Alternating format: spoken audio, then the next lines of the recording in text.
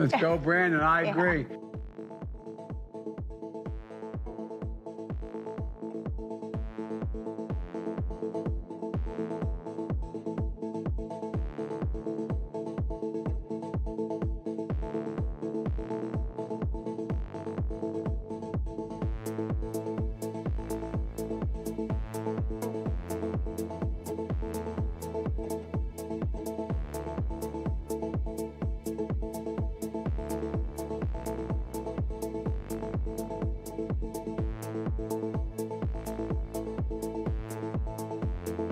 It is man.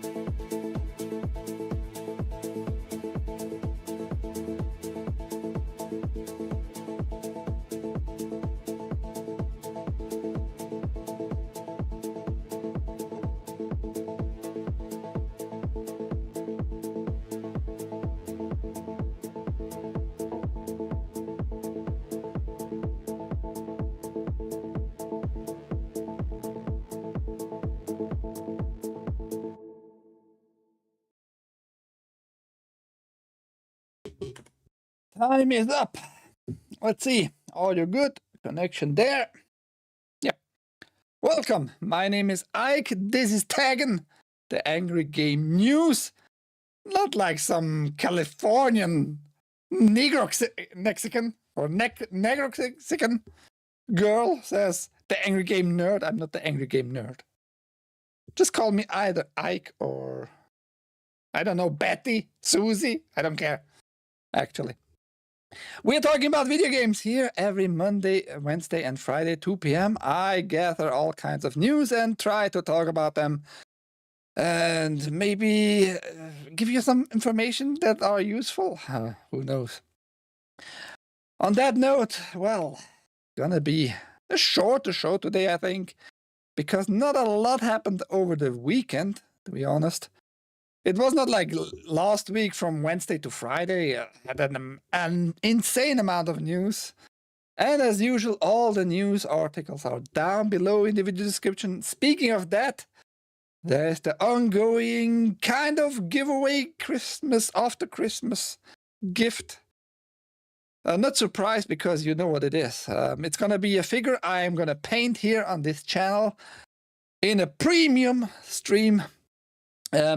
Probably the first week of January, because it has not arrived yet. And this one is going to be given away to somebody who is going to win it if you are in the Wheel of Fortune by doing one gifted subscription. Ahoy, Ouch My Junk, ahoy Haste, ahoy Mrs. Sarge, ahoy Big Z, ahoy El Mascarado. Do I see anybody else? And this UK guy there, Tin Rabbit, is also just joining right meow. Before we come to the news, any information? Ooh, Californian here. Yeah, but you are not half black and half Latino. Or Latinx. How you should pronounce it to piss all those Latino and Latinas off. Latinx. Latinx. Are you a Latinx? Masquerado? Are you a Latinx? I can leave if you want me to. It's all up to everybody who wants to watch or not. I'm not holding anybody hostage here. Not even in the slightest. We're going to talk kind of mainly about this newest development in the buy-up of Warner Bros.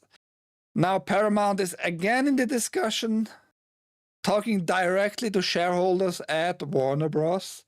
And Larry Ellison, the CEO and big shareholder of Oracle, the database and data center and AI, the data collector giant besides Palantir in the US, is going to involve himself with his own money. He doesn't have that kind of money. It's all just fake Ponzi scheme money in the end. You can call me any slur except Latinx. Hitting the nerves of the Latinx people. Hey, I didn't invent that shit. I'm just using it from time to time. I'd get big mad. El Mascarada, it's 18 Fahrenheit here. What do you think of that? That's like a... Is that like a racial slur in some sort? Ouch, my junk. Anyhow, let's get started. Maybe I have actually time to read all the article in full. Depends on the chat. Depends very much on the chat.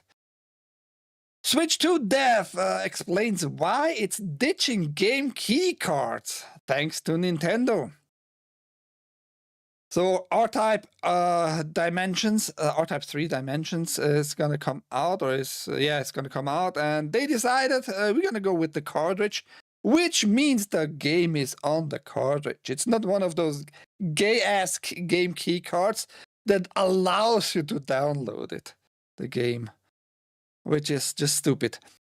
And was the whole development behind that, it was talked about Nintendo finally gives the opportunity for different sizes of the game cards, of the cartridges, so that depends on the game size itself. You can buy a smaller game cartridge for your game. because it was only 64 gigabyte first, and now we have multiple ones. Finally, it's like confirmed and all that. But the whole thing was like they just told people new cartridges coming out, new sizes, and Nintendo was not happy with that, and they retracted that one news. And now we are pretty much again in the confirmation. We're gonna get different cartridges. Because believe it or not, some people want the whole game. And I checked it out today.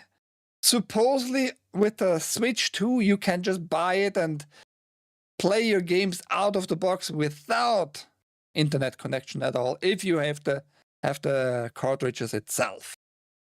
I don't know how much truth is behind that, but I'm going to believe the AI for now. In a promising reversal for game keycard haters everywhere, R-Type Dimensions 3 publisher In Games has announced it will be able to support a physical release on Switch 2 that contains the entire game on the cartridge. How was it able to manage this feat? It said that this was all thanks to Nintendo introducing additional SD card sizes for Switch 2 before later revoking all such claims. We're happy to share a positive update regarding the Nintendo Switch 2 version of R-Type Dimensions 3, the company announced on Friday. There is no better timing. 2 days ago, Nintendo announced 2 smaller cartridge sizes for Nintendo Switch 2. This allows us to recalculate production in a way that wasn't possible before. Double way. Okay.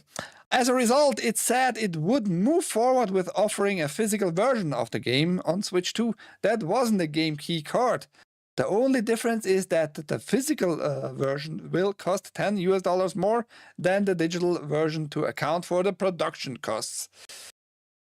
I don't know how much truth is behind that, because despite all those RAM prices like hiking like crazy, those chips are still fairly very, very cheap. We had this discussion months and months ago. I told everybody, like, if they tell you it's going to be like $10 or whatever bucks more expensive for that amount of storage, they are playing you. They just want more money for... Maybe Nintendo is charging them way too much. Maybe Nintendo is here the cause of this higher prices. Most likely, actually, it has to be. This is good news, and essentially what every die-hard fan of an enthusiast collector has been begging Nintendo and its Switch 2 development partners to do from the start. Yeah, big surprise that people want physical cartridges, physical games. But apparently, In Games wasn't supposed to reveal that this was all due to new cartridge sizes from Nintendo. The company deleted its original statement and followed up with a bizarre new one. There has been no official announcement or confirmation from Nintendo concerning cartridge storage capacities. That is a weird statement, I agree. Ball of Tennis doesn't even say hi, but comes in with a gifted. He is now a little bit higher in the Wheel of Fortune. Chance. Ahoy, Ball of Tennis, and thank you very much. I mean, I don't even know if he knows that. Maybe he just was like, I have too much money. Let's give this guy some. If you haven't figured it out yet, if you haven't got caught up on it, you're going to be again with another share in the giveaway of my painted figure of the Mononoke, Princess Mononoke little statue. It's actually not just a figure, it's kind of like a little statue that. Another share, and OuchMyJunk got it, so OuchMyJunk can view it next month in the first week when I paint it, because he had no subscription. Now he has one. Now he can watch the premium streams. Good for you, Ouch. Anyhow, I think that's good news. It's a little bit strange that they go back and forth with the cartridge sizes, but it's a confirmation now. They are able to do it, and probably the game is not that big, so they can use probably a smaller cartridge size, I assume. Something like 32 gigabyte, probably. I'm special now. Oh, you were always special. You Canadian were always special. This very, very far east Canadian, who has his own time zone. The next Zelda game could be partly inspired by a recent spin-off, hence series boss Aonuma.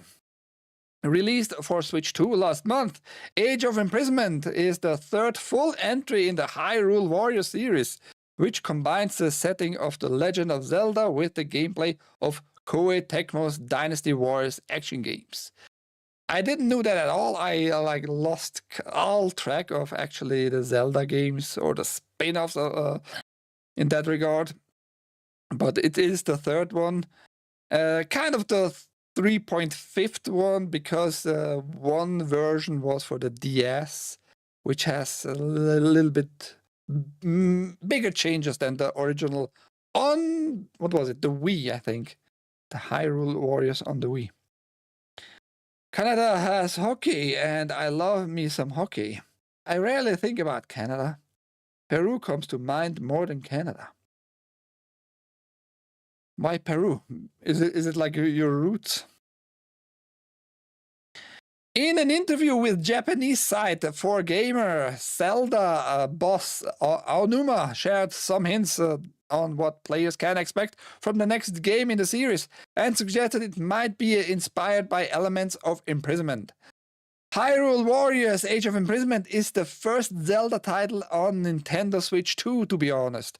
We wanted to be the ones to release the first one ourselves, he said. Still, the inspiration we've gained from collaborating with Koei Tecmo like this may be reflected in the next Zelda we create.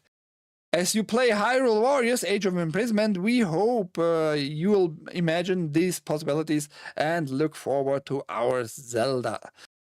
2026 will mark the 40th anniversary of the Zelda series. The last mainline Zelda entry, Tears of Kingdom, was released in 2023, while the last 2D version came out just last year, so 2026 will likely be too soon for a new game in the traditional sense. However, Nintendo has several Zelda projects in the works outside of video games, including the live-action movie due for release in 2027. And some people might remember, because I talked about that here on this show. Well, it was called back then the Switzerland.playit, right? But yeah, they delayed the release a few weeks in 2027 for whatever reason. Nobody knows. It was about, I think, 5 or 6 weeks. They delayed it. Strange, like little time frame there. Oh, Red Pill. Hockey is great. I miss playing it. I try not to think about it. About what? Being Canadian? What's wrong with being Canadian? You're in the Commonwealth. You belong to the King of Great Britain. Isn't that amazing?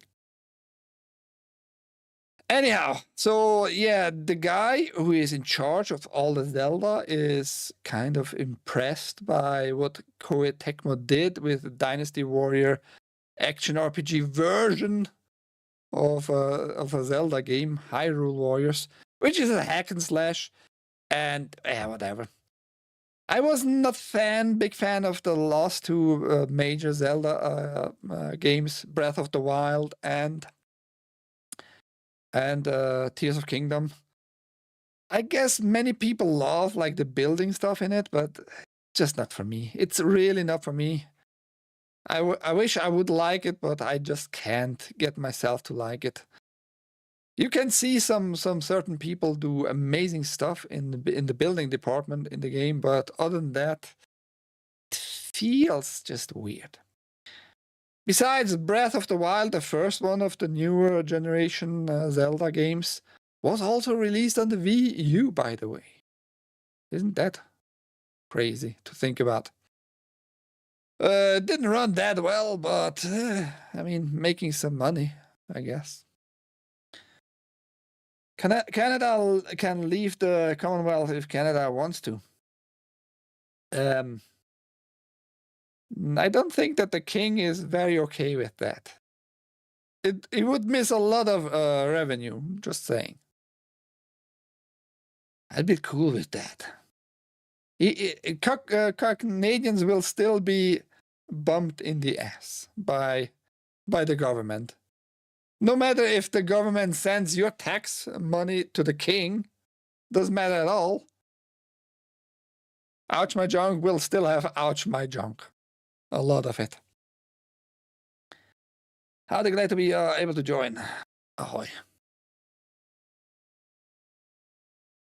New report claims Xbox Wrapped 2025 isn't happening this year due to marketing budget constraints. Now, what could that be? Xbox Wrapped is pretty much the same thing what Steam does and what PlayStation does, Sony does, with their statistics like which game you played most, where you got the most trophies and all that stuff. And Xbox supposedly Microsoft can't do that because of budget. Makes not a lot of sense to me because the data is all there. They have all those statistics. Why not make it somehow available and visible to the players? Seems like a bullshit excuse. While every site you've ever visited in 2025 seems intent on summarizing your year, even for things you absolutely don't need to be summarized, the course I completed in Asana this year, no thanks, says the author of this article. There's one wrapped message you probably won't be getting this year. Xbox. That's according to Windows Central's Jess Corden, who recently suggested that the Xbox summary isn't just late this year, but may not be coming at all. Some of you have been asking me if Xbox would be doing its own year in review style recap of your gaming habits for 2025, Corden wrote. My sources suggest that Xbox is not doing a Wrapped this year, and there's potentially a good reason. That's not a good reason. That's not a good reason if it's about marketing budgets. Confluence of major anniversaries, not just for Xbox, but some of its subsidiary properties too. Xbox is having its 25th anniversary alongside Halo itself. Blizzard is also having its 35th anniversary, and Bethesda is having its 40th anniversary too, he stated. Xbox was launched as a brand on November 15, 2001. Blizzard launched in February 1991, and Bethesda launched in June 1986. As such, a lot of the marketing budget that would have typically been allocated to something like an Xbox Wrapped is being poured into efforts to celebrate these major milestones for Xbox, its brands, and some of its games. I mean, like I said, they have all those data storage in some data table, in some database, on many servers, probably in different locations. So where is the budget here for that really that high that you can't do that? It sounds like a big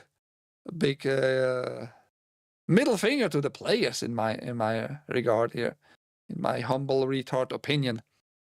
I don't believe that that's the case. I think they just kind of missed it and have nobody at hand that could have made like a front page, like just a visualization of the data points for the players. There's no way this is gonna cost like amazing millions and millions of dollars. I assume if you want to connect all the database points and entries together to visualize it on a front page in some type, it would cost you maybe like $50,000, $100,000 with one dedicated like web page designer.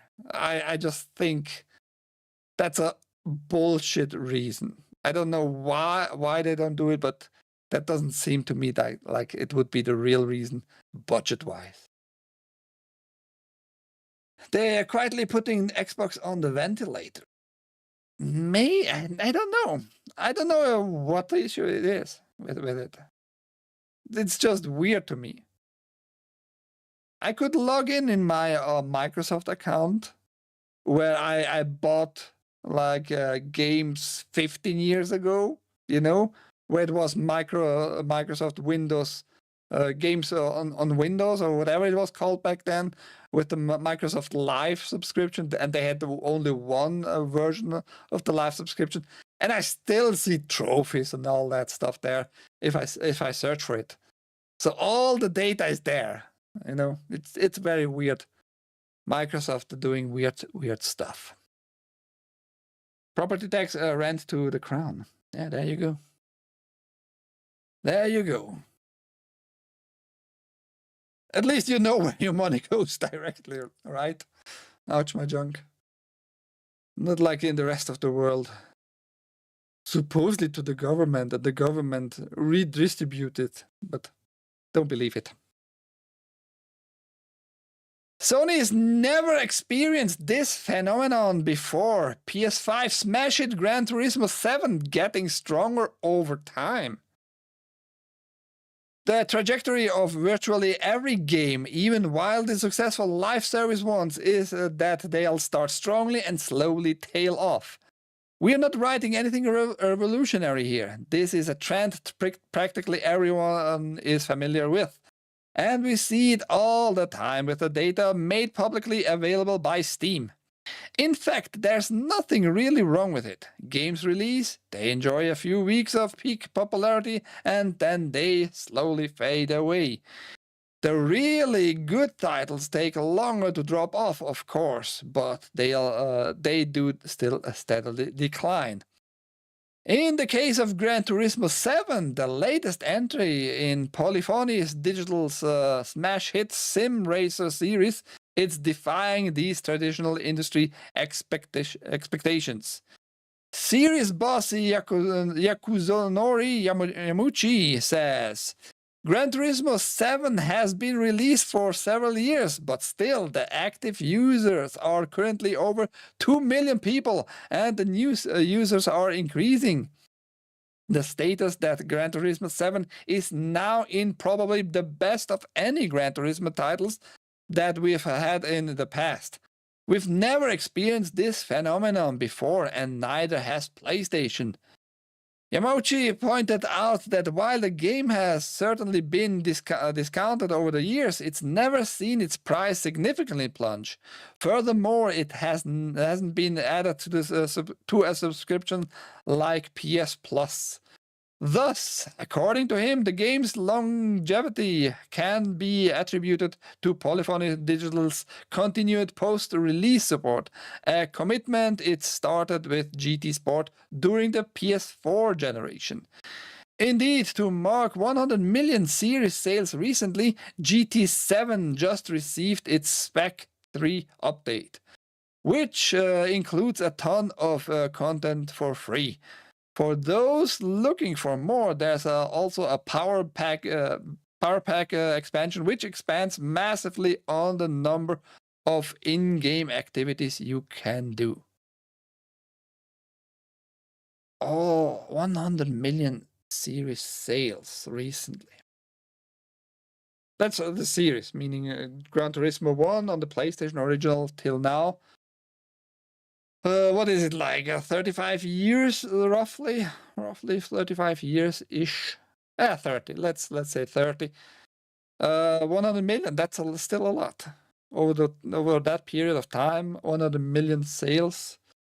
Good for them, and congrats on whatever achievement you got, and it's getting increased. The number is increasing over time. So it was less popular, and it's getting just more popular, which is... I was never a super fan of the series. It was always more a benchmark for me to see, like, what can they do with the hardware. And you saw that constantly happening on PlayStation 1. PlayStation 2, Gran Turismo 3 was PlayStation 2, and it was like the first game that had like even support for 1080i if you have had component cables, original component cables for Sony PlayStation 2. And you could enjoy like really kind of very high resolution stuff and very detailed. Back in the days, that was something very, very amazing. And it kept that trajectory with quality, with the picture quality, with the system, like getting every little bit of performance out of the system. They did even like an amazing PlayStation 3 Gran Turismo there, with Gran Turismo 5 was the first PlayStation 3 title. It looks still crazy, like high frame rate, high detailed, very smooth. I'm just always surprised about the technical side of this game. Other than that, I'm not paying them any monies because a lot of that money goes actually out to the car manufacturer because of licenses. TAGN, tits, ass, gash, nudity would be a better channel, to be honest. No. Gran Turismo 7 is good, but there are so many things to do. I find it a bit overwhelming. I've never played a good Gran Turismo game. Are they any good?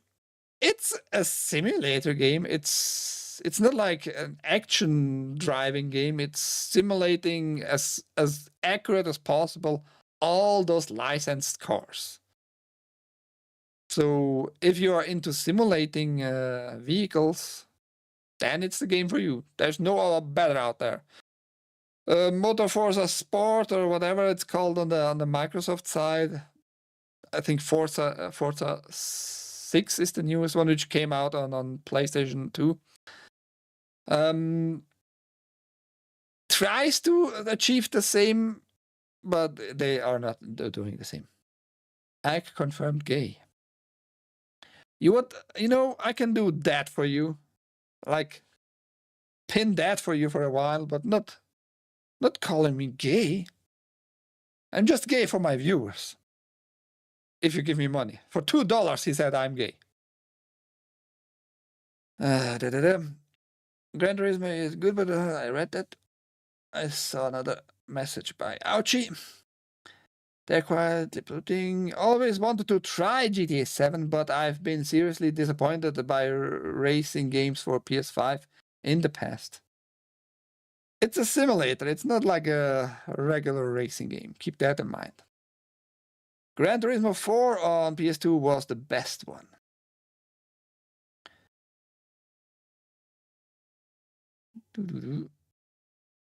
Was it 3 or 4 that had 1080i? I think both. 4 for sure. 4 for sure. Gran Turismo 4 is gorgeous, even on base PS4. 7, you mean? I prefer arcade racing like Rush or for Forza Horizon. I will agree. No, I did not. His mustache sure agrees. No. Stop being gay. Stop being gay. Or if you want to be gay, give me all your money. Maybe he's out of money. The ball of tennis. That was his last $2 for December. Just to tell me I'm gay. Octopath Traveler series sales top 6 million.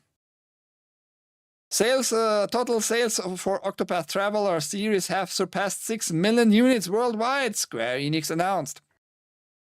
The latest entry in the series, Octopath Traveler 0, launched for PlayStation 5, Xbox Series, Switch 2, PlayStation 4, Switch, and PC via Steam and Microsoft Store on December 4 worldwide.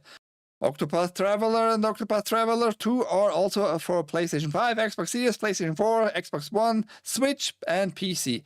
The digital versions of these two titles are currently available at 60% off discount price until December 2023, which is still way too expensive because the Octopath Traveler 1, the first one, was released on Steam in 2019, but it still would cost a regular price of almost converted to US dollar from Swiss francs, almost $90. Fuck Square Enix. It's gonna cost me converted roughly about $35 minimum. Which is just crazy for such an older game. It looks good, it looks gorgeous, but I'm not gonna give them any cents. Fuck Square Enix. The reason why I took this news is more like, that's how a company will tell you if they have real success. They are not gonna be ashamed. They're gonna brag in some sort about their success as soon as possible. The 6 million sales, which they just overcame with Octopath Traveler, the series, and not like, I don't know, Ubisoft, 2 million players, 2 million players, but not telling you anything about the sales of certain IPs and franchises. That's how you see that it's more honest. They go as soon as possible as they have success. They're gonna brag about it. 6 million sales, that's a lot, kind of, for way smaller IP here, actually. I would like to try it, but I'm not gonna give them any monies. I'll eventually get through Octopath 1. I have up to 1 and 2, but still haven't started them. Are you actually in Switzerland? Yes. Or is this some cosplay stuff? I am right now in the between the mountains, yes. Claire Obscure Expedition 33 developer Sandfall says expansion isn't tempting. They just gave us recently, actually, DLC for free because of the success of the game, because of the all kinds of awards they got. They wanted to give the players something back, which shows goodwill, which shows they care for the players and their game. But they seem not to be very big into, let's make more money with that one IP in that sense. Just produce expansions and all that. It's not tempting to them. The developer of Claire Obscure Expedition 33, Sandfall Interactive, is not going to be expanding despite the game's massive success. CEO Ghulam Brosh said, I think it's good to be having limitation. I think it's good to have limitations when you are creative. It's the best way to be the best version of yourself. We could have scaled up. Now we have a lot of more money, but I would say it's not tempting for us because even the management team and myself, we have to be hands-on and doing things for ourselves. We love making games more than we love managing, so we want to keep doing that. These past 5 years were some of the best of my life, and I want to be happy like that again. So I think the secret is to adapt the game to the team you have and not the other way around. And mostly it's not about processes, it's making a game that you want to play. It's contradictory, but try to not care too much about the players, because if you care about about your game, it means you care about the players ultimately. The best way for me to care about people is to make something that is sincere.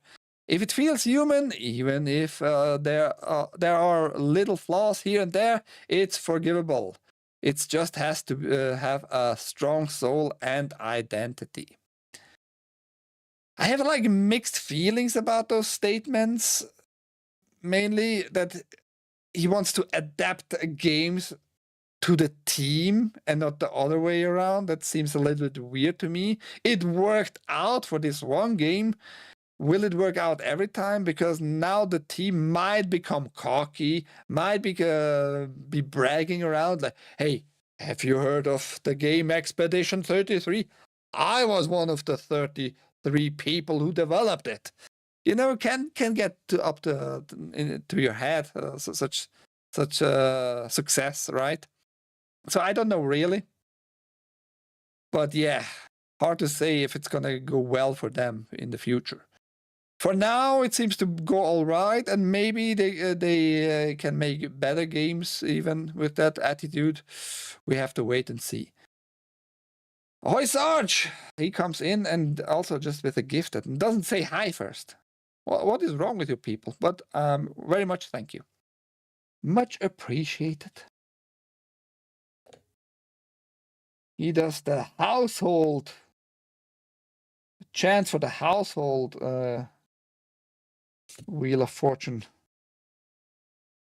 Pushing it up a little bit here.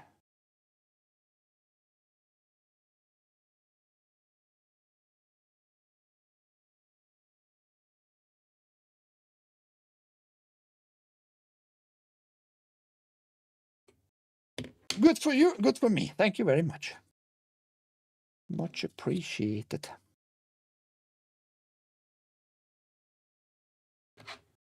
I'm not angry right now.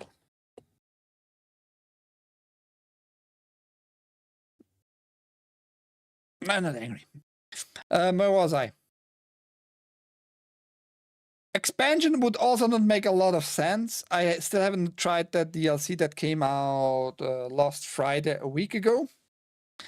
Haven't still tried out that DLC with just new bosses. Story-wise, I think it would not make sense. I think story-wise it would not make sense. Maybe a bigger DLC to play Simon, which is one of the hardest boss, probably the hardest boss in the game. Maybe if you can play with him, how he lost his arm, for example. Other than that, the game doesn't need an expansion, story-wise, mainly. What you need to do story-wise, though, is make either how the whole thing started, because it's about the painters versus the authors in this French world there. It's and the game how the whole thing continues. Because the bigger sister of what was her name?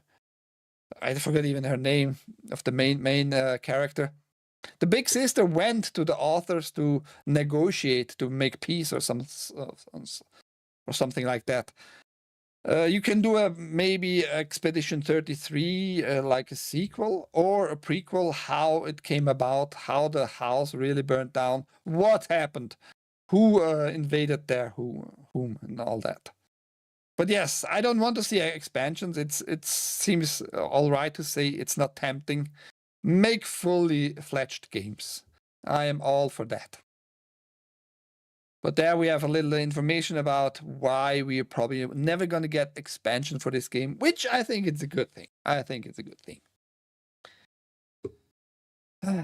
Let's talk about idiots more. Blizzard boss Johanna Ferris says company is in position to deliver reliable cadences of launches.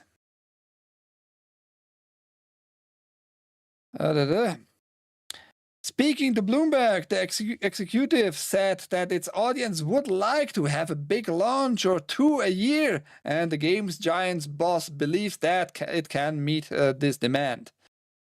We have iconic IP and in many ways it still has a lot of room to scale, so let's focus on the cards we have to play. It doesn't mean we won't go into new places and territories, but for right now, let's home in and all the iconic stature that we have in the tank for Blizzard. That's number one. I don't know if she really knows about the players. I don't know if the players really demand one or two big launches every year. It sounds to me more like it's being just oversaturated market there, and you try to get as many shares of the market, of the gaming market, by just pumping out probably slop, I still haven't touched Diablo 4, and I probably never gonna touch it at all. I don't care for Warcraft IPs anymore, and Overwatch can also go drown itself into the next lake. How about that? So I don't know how many fans they really have, or if they have just casuals, consumers, and not really customers and fans. It seems like a little bit too much, like every year, 1 or 2 major releases of some sort. That means either a full game or an expansion of some sort. And you're just gonna burn out all those IPs. Many of those are already burned out, and either you in the management don't realize that at Blizzard, or the players are very, very ultra retarded. I'd say the other piece on the vision is, I believe our best days are ahead of us. I really, truly believe that. I also believe that we are in a position to think about delivering a reliable cadences of launches. Our fans are hungry. They want to get involved. They want to feel reliability as well. They want us to have a sense of what's right around the corner. Let's look at it as a portfolio, and let's make sure that every, let's say, calendar year, there are at least 1 or 2 really big things that Blizzard is pumping out. That you already use the word pumping out, that means like it's just quantity over quality. And I'm pretty sure, even if you're like a retarded majority of players, you don't ask for like portfolio. Players don't use words like that. Like, oh yeah, I want to see more of your portfolio. Every year, 1 or 2 bigger releases there to be getting involved. Bullshit. It's absolutely a CEO bullshit talk here, and maybe players, consumers will go along with it and just buy all the slop up. I'm not one of them. And if we can configure our slate accordingly, which we believe we have done, we'll be able to stay top of mind, leveraging the multi-franchise opportunities that we have. Pressed as to how Faris, that's her name there, wants Blizzard to balance live games and new projects, the executive admits that this is a challenge and one that requires a great deal of logistics. There are 3 guiding lights in my head. There's the people aspect of our organization, there's the products we put out, and there's the planning. This isn't as exciting on paper, but planning allows us to think both immediate term, what's going on tonight. Here comes the Paladin, and also where are we with Diablo 4 years from now. And how do we put the right meetings and discussions and talent in place to be able to run it, to be able to run in parallel? Credit to the teams who have leaned in so well that way of working. I believe if you were to ask really any head of franchises right now, or teams on the franchises, hey, do you know where this is going to be 3 years from now? And they do. And I think we are pretty excited. She doesn't know, but she thinks they are pretty excited in general. And then the difficult conversations are, if we've got live games, what are you doing? How do you cadence that? How do you manage those different models? What models do we want to continue to espouse, ramp up, or ramp down? She likes the word cadence for some reason. Again, it shows me she is just a front person. She maybe have not a lot really of experience to leading such a big corporation like Blizzard, which is the part of Activision Blizzard, right? With the main games are just Diablo, Warcraft, and Overwatch.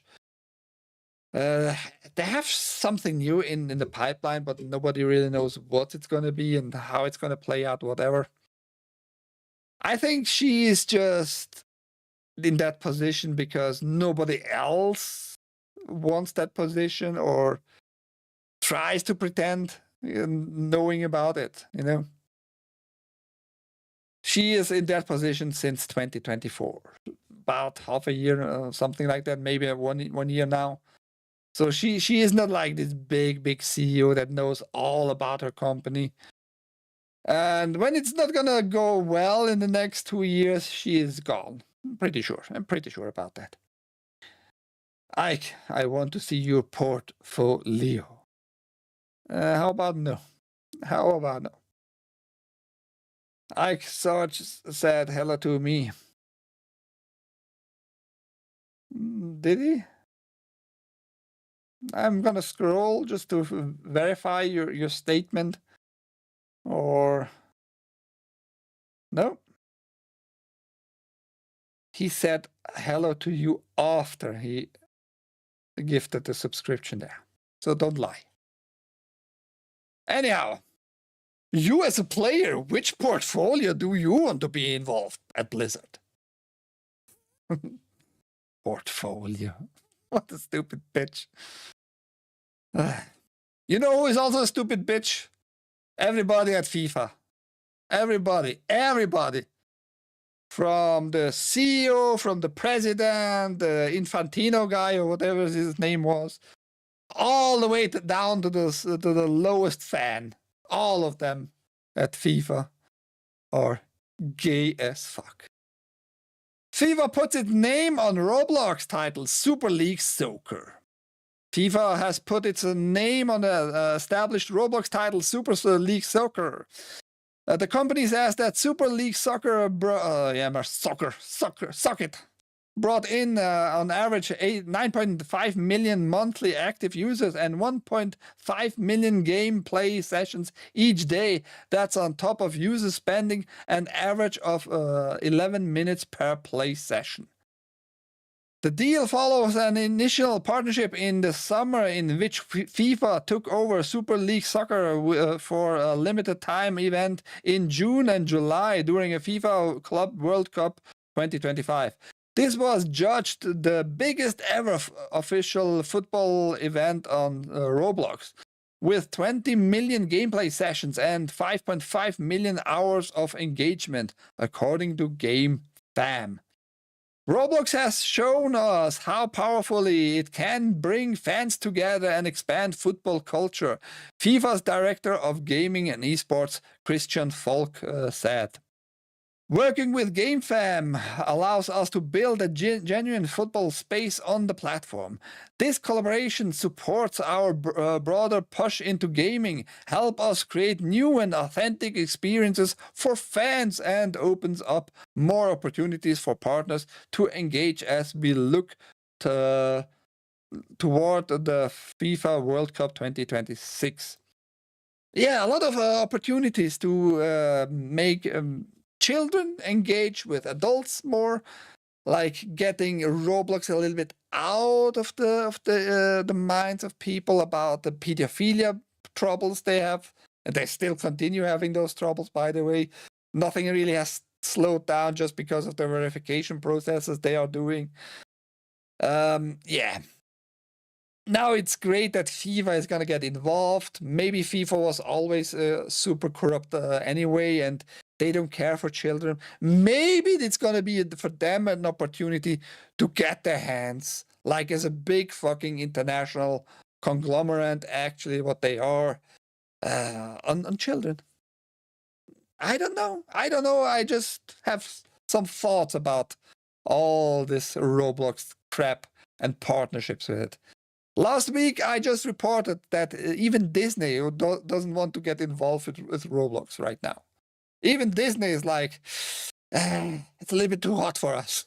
Even Disney is like, we're just going to do our thing. We're going to diddle the kids our way. Thank you, Roblox. We're going to diddle the kids our way. Figurehead, a young, attractive. I wouldn't call her... she is not bad looking, but not attractive in my eyes. I would do her probably still, but that's a different story. Soccer is for fags. I don't know. It's one of the sports that you have still to be very fucking fit. You have to be super fit to do it like 2 times 45 minutes, just running back and forth, back and forth. That's gonna take a toll on your body, man. And I don't know a lot of fags who are that fit. Just saying. Sports on TV, any sports is pretty gay. Yeah, I'm looking at you, Haste. Why the fuck is FIFA considering Washington, D.C.? It would be miserable there. I don't give a shit. I don't. Maybe they want to be involved even more with the pedophilia. I don't know. And Washington D.C. might be the best spot for that. Pizzagate and shit. Go look it up. Would not insider. What? EA. It's in the game, right? Has nothing to do with EA right now here. I think she's attractive. Well, you think all kinds of shit is cool. Haste. For a brief moment today, Haste, I thought about, should I involve the postal news? But then I was like, no, I'm not gonna make Haste hard again with postal news. Our reimagined game truly marks the beginning of a new era of digital football. It will be available for free on Netflix members and is a great historic step for FIFA. Oh, I haven't read this first phrase. FIFA is very excited to team up with Netflix Games and Delphi Interactive ahead of FIFA World Cup 2026. Our reimagined game truly marks the beginning of a new era of digital football. It will be available for free on to Netflix members and is a great historic step for FIFA. Hey Sarge, you can go play for free the newest FIFA on Netflix. I think you and Mrs. Sarge are still subscribed to Netflix, right? Maybe. But yes, I reported on that last week that FIFA is stepping a little bit broader on broader fields, on different fields maybe. Not giving like Electronic Arts like solely the license to the games. Diversification, I guess, it's a thing. Like the goalkeeper does not run back and forth. The goalkeeper has also to be very fucking fit. I don't like soccer. I don't like to watch soccer in that sense at all, like any sport. But all professional soccer players, I mean, they are not worth that money some get, but still, they all have to be extremely fucking fit. You can joke about it all day long. I don't give a shit, really. But I want to see you like doing once a week, at least once a week, like a professional play that will be broadcasted. And for the rest of the week, you have to go to train all the fucking time. You know, it's not really. Even the goalkeeper is not just going to stand around. He has also to walk around all the time. Are you even like fit? Cristiano Ronaldo is fucking fit as fuck. Fucking fit as fuck. They are, all the professionals are. Doesn't matter what we think about them or the sport. Like, I'm 61 fucking years old. So what? That means you are 61 years and still wrong. Your mom, Sarge. Watch Your Mom on Netflix.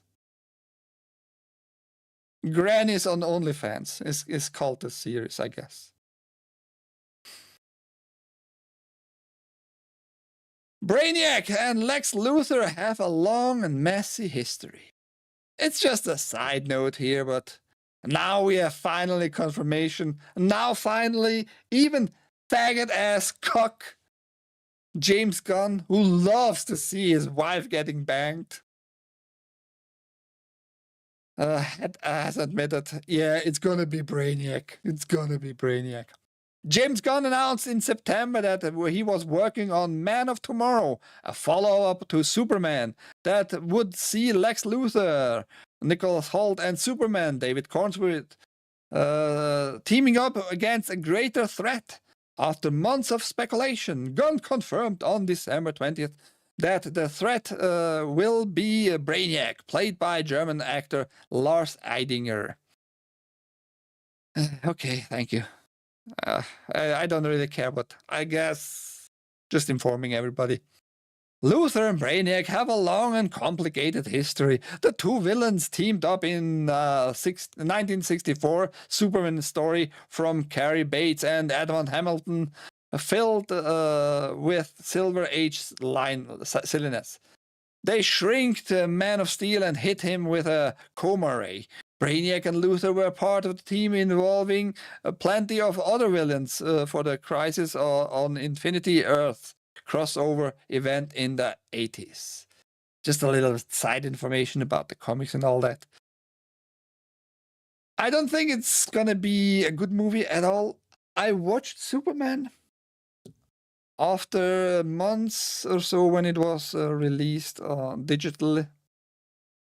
After it was taken after a month from theaters already, because James Gunn, the head of the DC Comics and studios for that matter, had no idea when he's gonna release stuff. So he had to release it on digital because Peacemaker Season 2 was also being released. So he had to combine that for whatever reason. Because he didn't know when the release dates were. Despite he is the guy who says when stuff is going to be released at DC. So I watched the Superman movie and it's really, really not good in my opinion. Like picture-wise, quality-wise, it's lame. It has like no contrast. It has no film quality. It has no... The acting is just mediocre. It's not bad, but it's also not like really good. It's just plain mediocre. The story is silly. The story is lame. It's not about Superman a lot, you know. He wasted a lot of opportunities and it made zero money. It probably still cost them money than they ever made with it. So, and that was their opportunity. They had to make with that movie a lot of monies, you know. Otherwise, Warner Bros. Is in trouble. And Warner Bros. Is in trouble. And we're going to talk about that a little bit more today. Because they are in troubles. Now all other bigger corporations want to buy them off. Where was I? Yeah. Are you hyped for this new movie? Can you see how excited I am? Speaking of Netflix and Warner Bros. Netflix wants Warner Bros. Because Warner Bros. Has a lot of IPs, a lot of franchises, and even like the gaming studios are worth a lot of money. And many people said, I heard, many people who usually know a lot about the industry, about movies and studios and big corporations in entertainment, told me, not personally, but told like every viewer of their videos, yeah, Netflix doesn't care for the games at all. I think they care for the games. Otherwise, why would they started with the beta of the Netflix games about 4 or 5 years ago? And 2-3 years ago, they made it available to all Netflix subscribers in their portfolio, right? To use the Netflix games. And now Netflix acquires games avatar firm Ready Player Me. Netflix has acquired games avatar company Ready Player Me for an undisclosed sum. TechCrunch reports that the Estonian startup staff would be moving to the streaming giant, while their company would be wound up in January 31st, 2026. Only one Ready Player Me's founders would be joining Netflix Chief Technology Officer Rainer Selvet. Ready Player Me will allow Netflix audience to build avatars that can be carried across different games on its platform. Ready Player Me was founded in 2013 by Silvet Howard and Howard Hervio Kaspar Tiri and Timo Tokyo. To date, the company has attracted $72 million in investment, including funding from A16Z. Yes, I said Z. Our team will be joining Netflix to contribute to their gaming strategy with our cross-game avatar tech, enable players to carry their identities and fandom across games, Tokyo wrote. So they got this company. They want probably to make their games available not only on TV as a streaming, but maybe they want to get involved. Maybe they have like the vision, hopefully really just acquiring Warner Bros. And therefore DC and DC Game Studios and distribute them across more platforms and more places. And this company seems to be suited for that. They seem to have the technology to move data around from one platform to the next. So Netflix absolutely wants to be involved in gaming big time. They are preparing. I've never heard someone say Warner Bros. It's Warner Bros. Warner Brothers. And brothers, you can say bros. What's wrong with that? Tell me what's wrong with it. And then I can address it. So since it's going to be today a shorter show, because not a lot of really interesting news, unfortunately, or fortunately for us, we're going to talk a little bit about Larry Ellison. Paramount sweetens its offer for Warner Bros., including massive guarantee from Larry Ellison. Despite Netflix announcing a deal with Warner Bros. Discovery to acquire the media and entertainment behemoth, Paramount has not given up on its own attempt to acquire the company by going directly to shareholders. Now, Paramount has announced that it has further sweetened its proposal in a bid to make a deal. Paramount, which is run by David Ellison, has offered an irrevocable personal guarantee from his father, billionaire Oracle founder Larry Ellison, of $30.4 billion additionally. Paramount announced that it would increase and match Netflix a fee of $5.8 billion to be paid to WBD if the deal gets struck down in the regulatory process. Paramount's previous breakup fee was $5 billion. What's more, Paramount said its revised proposal includes further improved flexibility to WBD and debt refinancing transaction representations and interim operating covenants. The updated offer also includes the publishing of records that show the Ellison family trust owns 1.16 billion shares of Oracle stock, which is an attempt to show WBD shareholders that Ellison's can indeed finance their $40.4 billion of the proposed $108 billion all-cash offer. If it's going to be worth in shares doesn't mean you have it worth in cash. That's like kind of actually the opposite. Just because you can show like your shares are valued at this very moment this much doesn't mean as soon as you start selling those shares for that amount of monies per share that the price is going to stay on that. Maybe the market will react very quickly like, oh shit, 1 million shares going to be sold right now. We better sell our stuff too. Otherwise, we're going to be in the minus. And the price can drop and drop and drop because everybody wants to still be able to sell their shares before it gets devalued even more. You know, So 108 billion all cash offer. I don't know how well advertised the shareholders at Warner Bros. are, but I wouldn't trust such numbers. I'm just wondering if I have Oracle on my small Swiss app here from my bank, my online bank.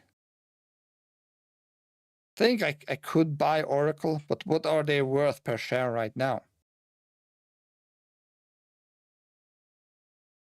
Because such a news, and if a deal would be made with that, Oracle prices would temporarily at the beginning also get higher. Usually, that's how the market would react. Oracle. Right now, it's about converted in US dollars. That would be roughly 190, something above 190 US dollars per share, which is a lot. I didn't expect to have that value of it. But yes, that's right now. As announced previously, Paramount is offering $30 per share for the entirety of WBD compared to $27.75 US dollars from Netflix, for a total of $82.7 billion US dollars. For select pieces of the group, including its film, TV, and gaming divisions. In light of the new deal proposal, Paramount said it is extending the expiration date of its offer to January 21st, 2026. WBD urged its shareholders to reject Paramount's earlier bid, but it remains to be seen if that stance will hold for this newer offer. Yeah, the Warner Bros. CEOs and the board said, like, we should not take this deal. You should not take this deal. I don't know why, because it's more money. So it's kind of strange, but we don't know what they know, so they might know something more. And I might also remind everybody, Paramount actually got in a bigger corporation with Skydance. It's now called Paramount, a Skydance corporation. So I don't know where Skydance got all that money to buy up Paramount, and now they have more money to buy up Warner Bros. It seems all very weird to me. And even weirder it's now that the Oracle founder and biggest shareholder, Larry Ellison, is being involved himself because his son is the CEO of Paramount. Very weird, very weird. But we come to Larry Ellison in a second here. Netflix has said its deal offers more choice and greater value for consumers, and that it will strengthen the entertainment industry overall. Co-CEO Ted Sarandos has said Netflix will continue to distribute WBD's movies in theaters, but not everyone believes him. Paramount, for its part, is trying to buy the entirety of WBD and has also promised to continue to release his films theatrically. Well, not a big thing for Paramount, at least, because they already are releasing movies in theaters. It's not like that would change in any way. So why is that even a thing? Why is that even a thing? Why does Netflix have to address that? That, don't worry, we are going to still release movies in theaters. Well, you have to, otherwise your company will die even faster. Nothing, just sounds weird to me. Lol. Super Mario Bros. Play games on movie channel? What the fuck? It's not a movie channel. Why you doing a boomer here?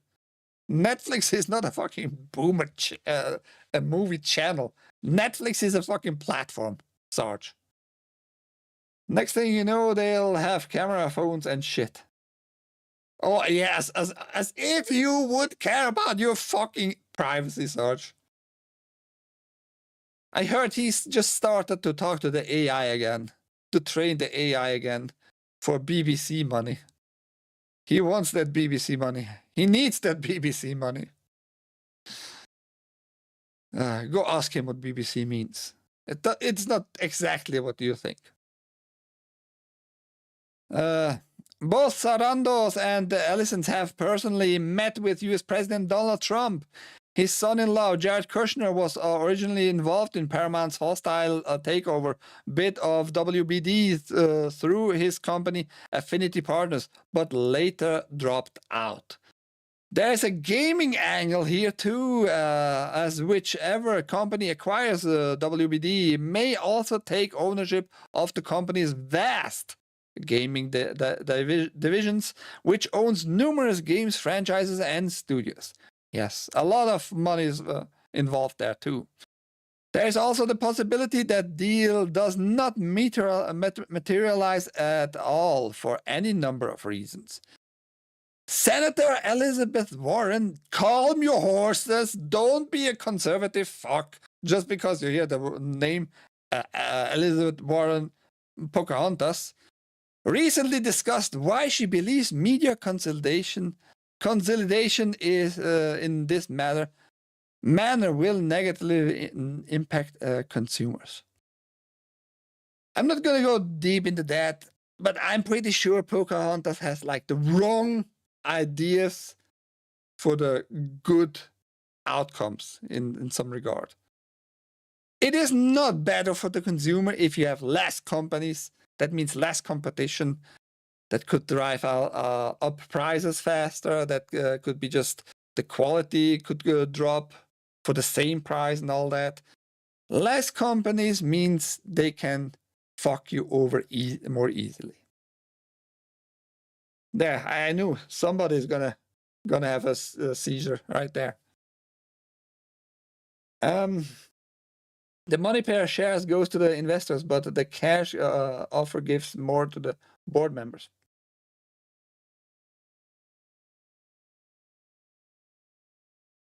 Yeah, but if the cash offer, that doesn't make sense though, ball of tennis, right? If the cash offer is better for the board, why would the WBD board say like don't take the offer by Paramount, despite Paramount giving all cash offer? Makes no sense at all, right? Insert smiling merchant rubbing hands emoji. You mean the Jew emoji? A little bit sideways. Let's see if we can recreate somehow.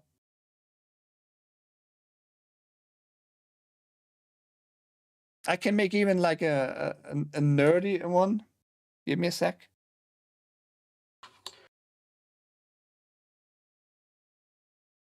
Make it more believable. Actually, I like money. Something like that. Anyhow.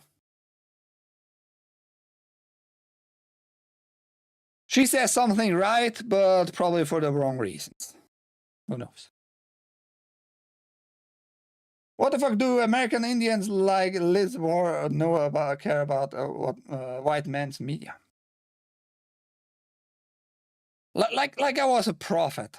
I before I said anything about her, I wanted to make sure nobody is gonna go like retard conservative, if that even means anything these days. He already was typing with his 2 fingers. That's how he types. That's how he types.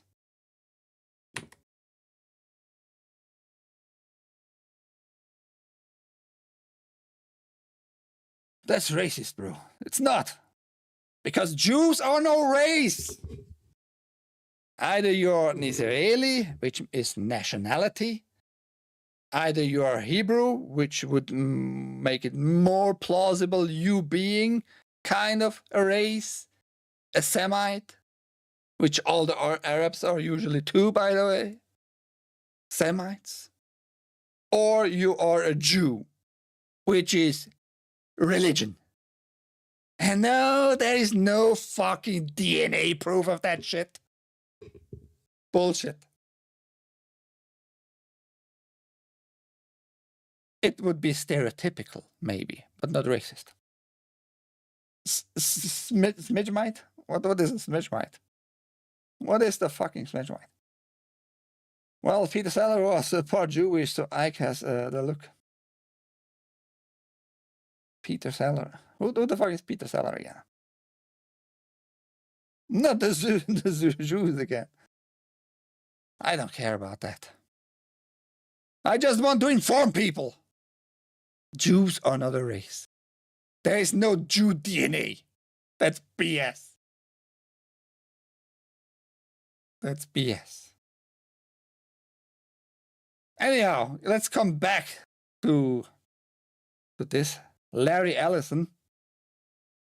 Now, I have bigger problems. I already had kind of big problems with Netflix acquiring Warner Bros. Because Netflix is also this wannabe consumer-friendly, whatever, entertainment platform. But if they would buy up Warner Bros., a lot of Warner Bros. History would just vanish. It would not be there anymore. Most likely you would get way less theatrical releases there and all that, right? Because it's an online platform overall. They might do a lot with gaming in the future, for sure. How much more, I don't know exactly, can't tell you. But that would be a big opportunity for them, having all those IPs, all those gaming IPs and studios under them, creating new stuff. And it might be better for games, like for a short period of time, having all those games available in your subscription, Netflix subscription, maybe, something like that, right? All the Batman games and all that. Would be interesting to see how that would play out, or could play out. But it's way fucking worse if now Paramount would buy it up, and to a bigger degree, it would be way more worse when Larry Ellison, the daddy of David Ellison, the CEO, David Ellison of Paramount, would be involved in this.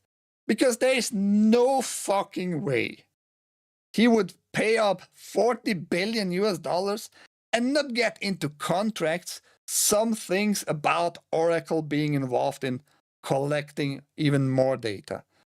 Oracle, who is in the big deal of the AI deal of the Trump administration right now, by the way, you all just let Trump everything slide through. Do whatever he wants with your money, by the way. Almost $500 trillion US dollar from taxpayers, of course, is going to a project with AI. Mainly Palantir and Oracle. Collecting all the possible data it can collect. Facial recognition, digital IDs. Oracle is big into the digital ID, pushing that bullshit. And he's going to tell you in a second here what's that about and why you all need to have the digital ID in the future. Because bad people, not the government, who is going to get those data for free and just give it to Oracle for free because taxpayer money, you know. All that data goes to Oracle then, and they can then check your behavior. That's what he told everybody. Collecting all the data, biometrics, visual data, health data, and all that. He was booed. He was one of those guys who were booed on stage when Trump introduced him. Even Trump was booed by the whole audience in that room at that very day because everybody saw through. Everybody saw through that this is all bullshit. All your taxpayer money going to the surveillance of the citizens. And Larry Ellison, we're going to just watch this 5-minute clip. I'm going to play it in 1.25 speed. just hear it from the horse's mouth itself. How much he believes in your privacy and freedom, by the way.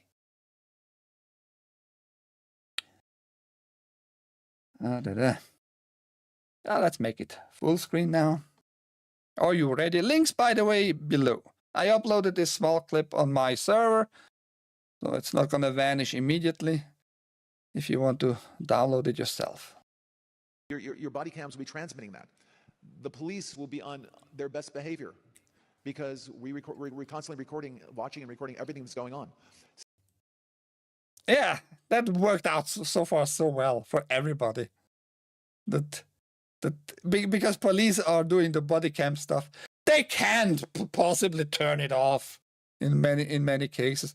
Or the data on the server was just corrupted and it's gone. We can't retrieve it anymore. Oh, a month later, 2 months later, half a year later, it magically appeared and was shown that they killed this or that girl or guy, and unrightfully so and all that. Citizens will be on their best behavior. Tons and tons of because stories. we're constantly recording and reporting everything that's going on. Citizens will be on their best behavior because we are recording and collecting all the data all the time. Isn't that going to set you in a good mindset? Being recorded all the time. You're going to be in your best behavior.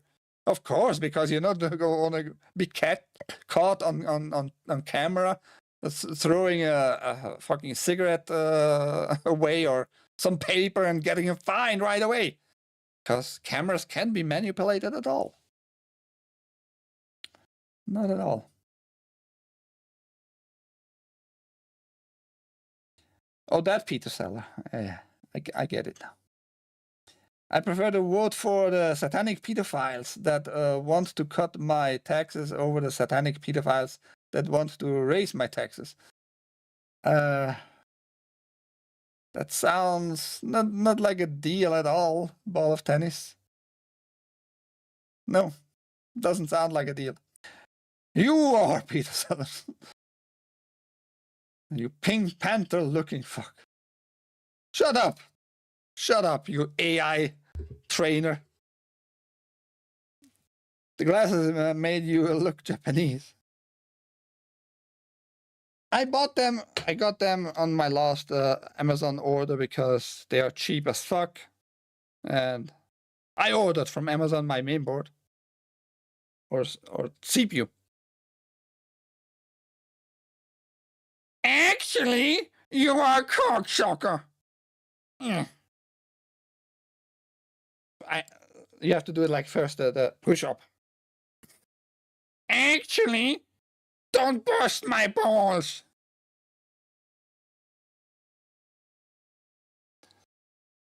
That's the actual glasses. Those are the actual glasses.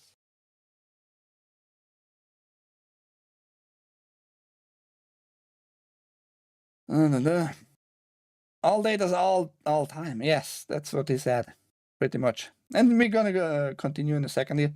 This before, but it's been a while.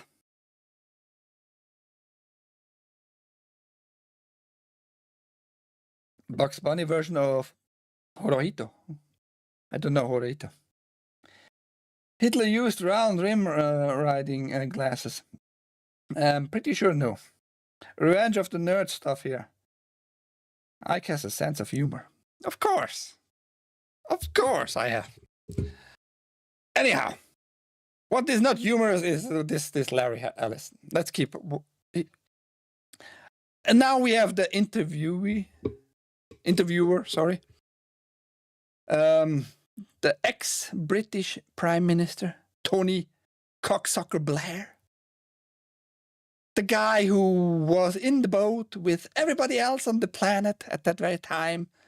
They all told you how bad Saddam Hussein is. He has mass destruction weapons of mass destruction.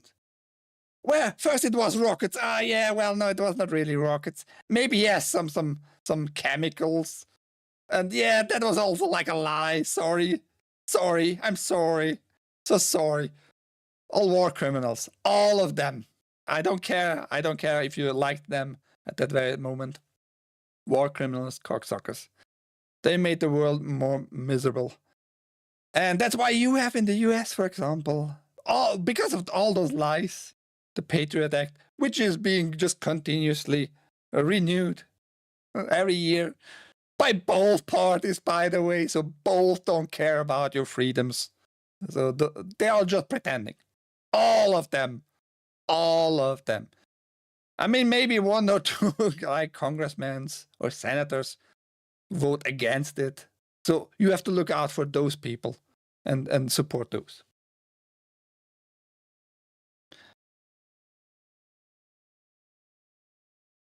Because we're constantly recording. To government and what government's doing. There are artificial intelligence tools, and some of them I know that Oracle have developed around financial management for government. But also, tell us a bit about what, because you're right at the forefront of this revolution, what it means for what government should do in terms of its digital infrastructure, digital ID, data centers, and so on.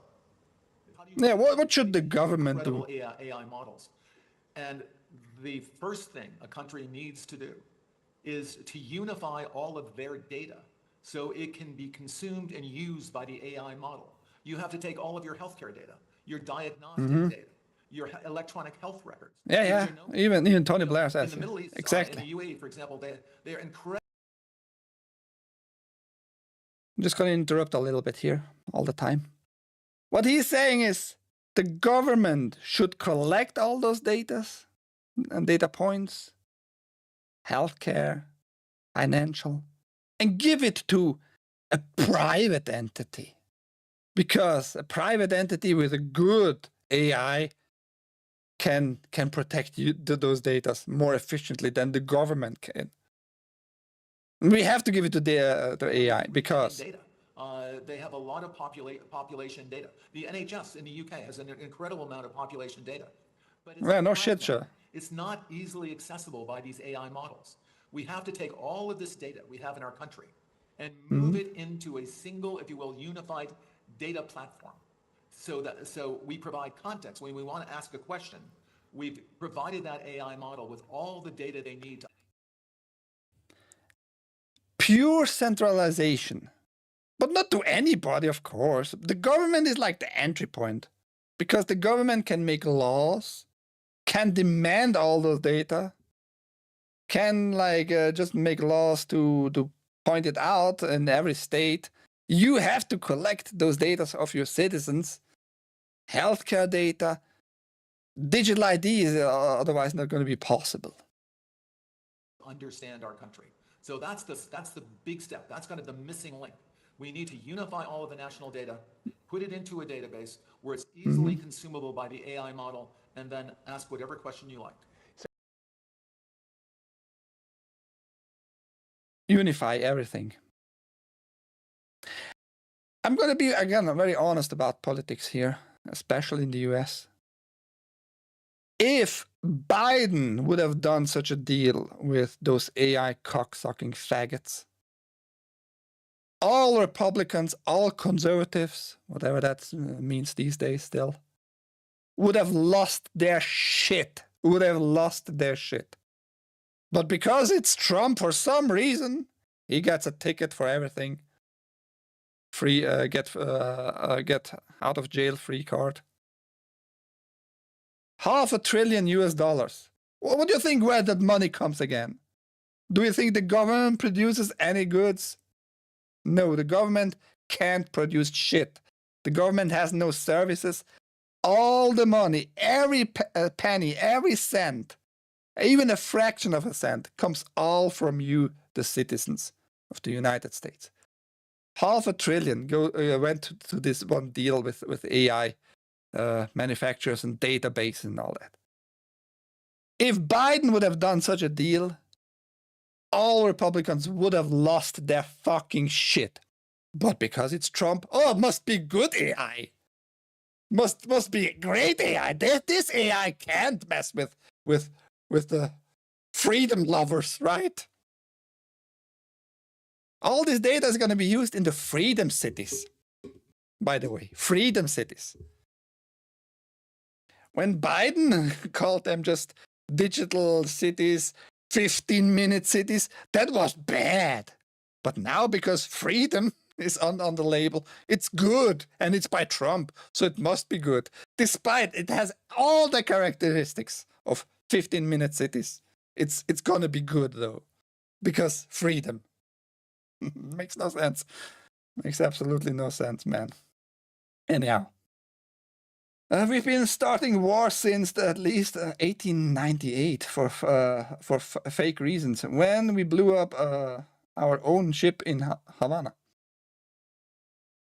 Yeah, false flags were never anything new invented by the US either. It's happened throughout history to all the fucking empires. Remember Gladio, for example? Project Gladio, I think they are still actually in that thing, where they bombed in I think Milan, some cars, just bombed them up, used explosives, and blamed the communists. Not that I like communism or anything like that, but like they used those bombings done by the so-called West to make the communism looking bad, and just killing people to make new laws. It came out later, like 4 decades later. It started to come out, but before that, it was done on a daily basis. Weird, huh? America.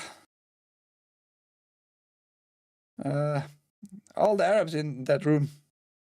Yeah, that was, what was it, Doha? I think it was Doha.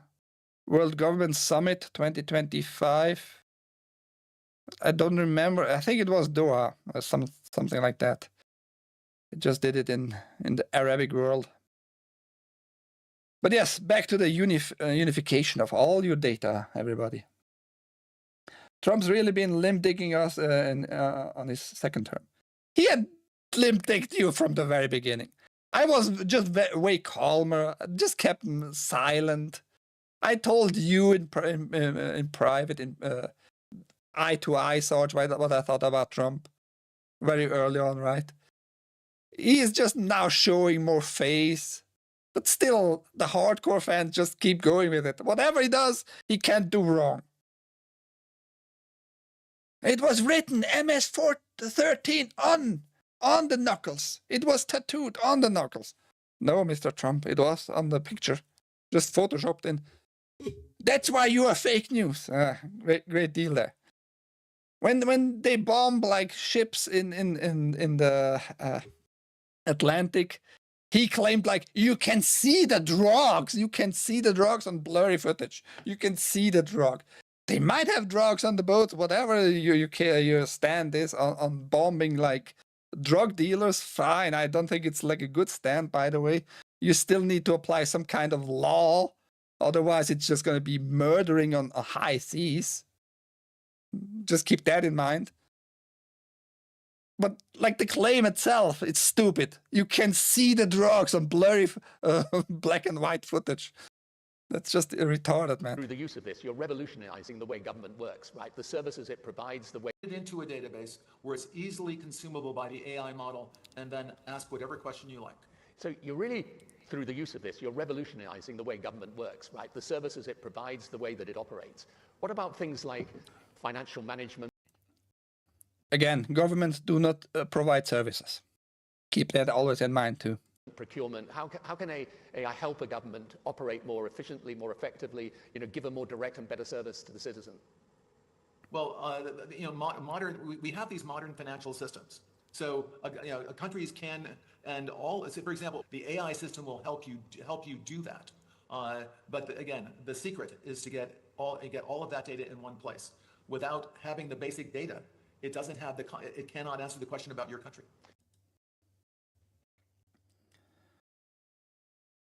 Did you notice he had no explanation how it's gonna really help, how it's gonna work? He just wants that data to unified. Of course, at his company, Oracle. Ike, you're wrong. The classified version of the footage is much higher quality. I used to watch those feeds. I might be higher resolution. The point is, you can't see drugs just by that footage. It's just simply not possible. You need to verify it's really drugs in the first place. It could be all kinds of things. It could be other illegal chemicals for whatever reason, and you don't know where those boats really go. All kinds of problems with all those bombings. Just saying. But the point is, the claim still stands. No matter how high the resolution is, there's no way to claim that like with the confidence, with a clear mind. You can't see the drugs. You can't see the drugs. For all I care, it could be fucking flour. You just can't see the drugs. That's my point. What the fuck is wrong with Larry Ellison's brows? You're looking on that. I don't care for his looks at all. I care for what he says and what he does with our data. His whole fucking face looks mutated. I don't doubt it, Ball of Tennis. You should. Like there's no soul. And all those guys claim to be like those geniuses, software engineers or developer or coders. And if you look at the history of all those guys, Bill Gates, Elon Musk, the two guys from Google, Larry Page and Sergey, whatever, those two guys, him at Oracle, Mark Zuckerberg. If you look at their history, if you look at their stories about how they developed all those tools and the companies themselves and all that, it is all bullshit. It comes down to you can't even verify that they did any parts of the code of their supposed bigger software they started with. Very obvious it is with Bill Gates, for example. He just plainly stole DOS from IBM pretty much with the help of his Planned Parenthood mother. Data generates money, and this guy wants all the data on everyone in the world. Yeah, that's what I'm saying. I think countries are very uncomfortable. But if you would know about your system itself, he's just the front man. He's just the face of this whole scheme. He just takes the money. He's very confident. He's very conscious in that sense. He doesn't care.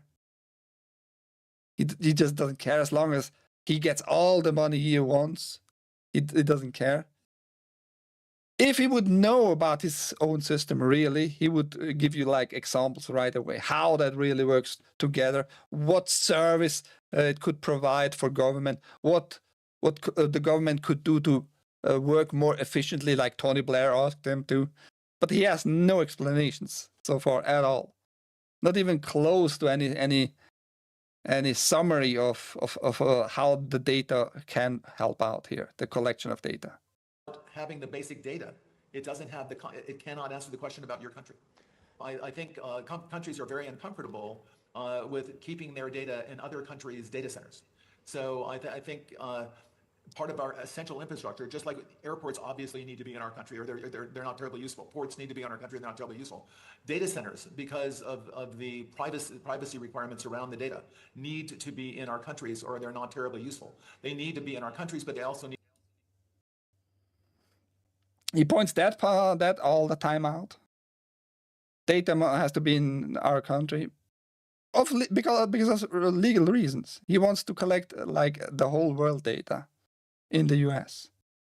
You're going to have more power over the whole globe if you have all the data of every citizens around the world. Very simple. That's what he tries to convey this information to Tony Blair somehow. I think he does a terrible job. I don't know why you would want this douchebag as your spokesperson. But it's not my money, I guess. There are new technologies right now. This is the last year you will ever log on to an Oracle system with a password. Next, by the. Now he takes one example.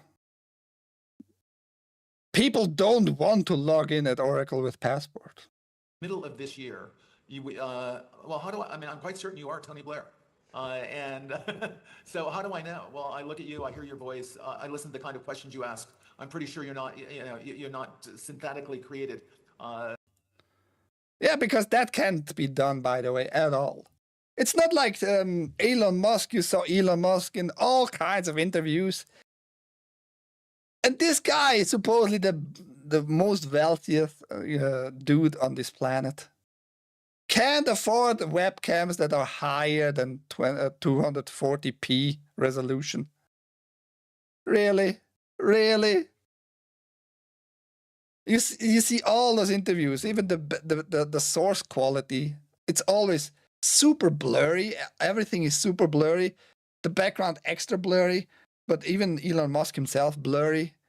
And chances that it's actually him are very low.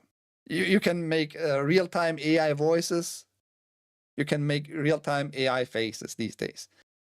Just motion capture a guy that was proven over and over again, was shown, and we have evidence that this technology is so far above what we ever have seen, actually.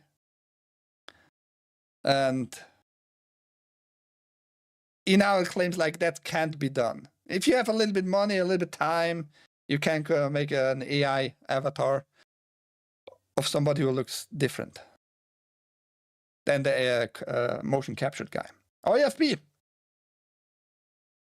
Everyone bitches about Oracle products.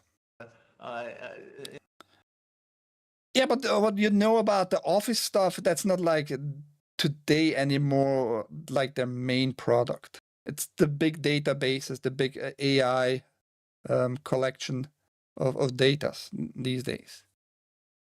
That's why Oracle is so valuable. The security system, we have biometric logins. The computer recognizes you. It recognizes your voice. It might ask you to put your index finger on the return key. Full spectrum biometrics. Can see you, it can hear you, and it wants you to touch it too, with fingerprints. I mean, yes, that it's going to increase the security by default much higher if you give like the computer data points of your face, of your voice, and fingerprints. Sure, but in the end, it's also just data points. Doesn't mean just because the input method is going to be this way that the data is secure. And that's what he tries to make a case here for. By collecting all the data into Oracle, pretty much, it's going to be secure. And we know, we're absolutely certain it's you. There's no reason to enter a password. In fact, passwords are too easily stolen. Yeah, but that's a passport. Password.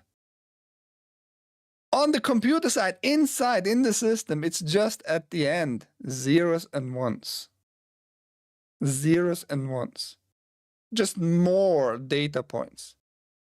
You can extend that by a password. But it's so much more convenient for people, for lazy people mainly. Yeah, whatever. Let's give them my picture. Let's give them my face. What can go fucking wrong? It's not like government's gonna be hacked or like databases by government hosted or paid by us through the government to a different company. It's not like, I don't fucking know, a 1.4 billion population got exposed and it got hacked, the database in India. You know, the Aadhaar or whatever that database sponsored and co-funded by Bill and Melinda Gates Foundation, by the way.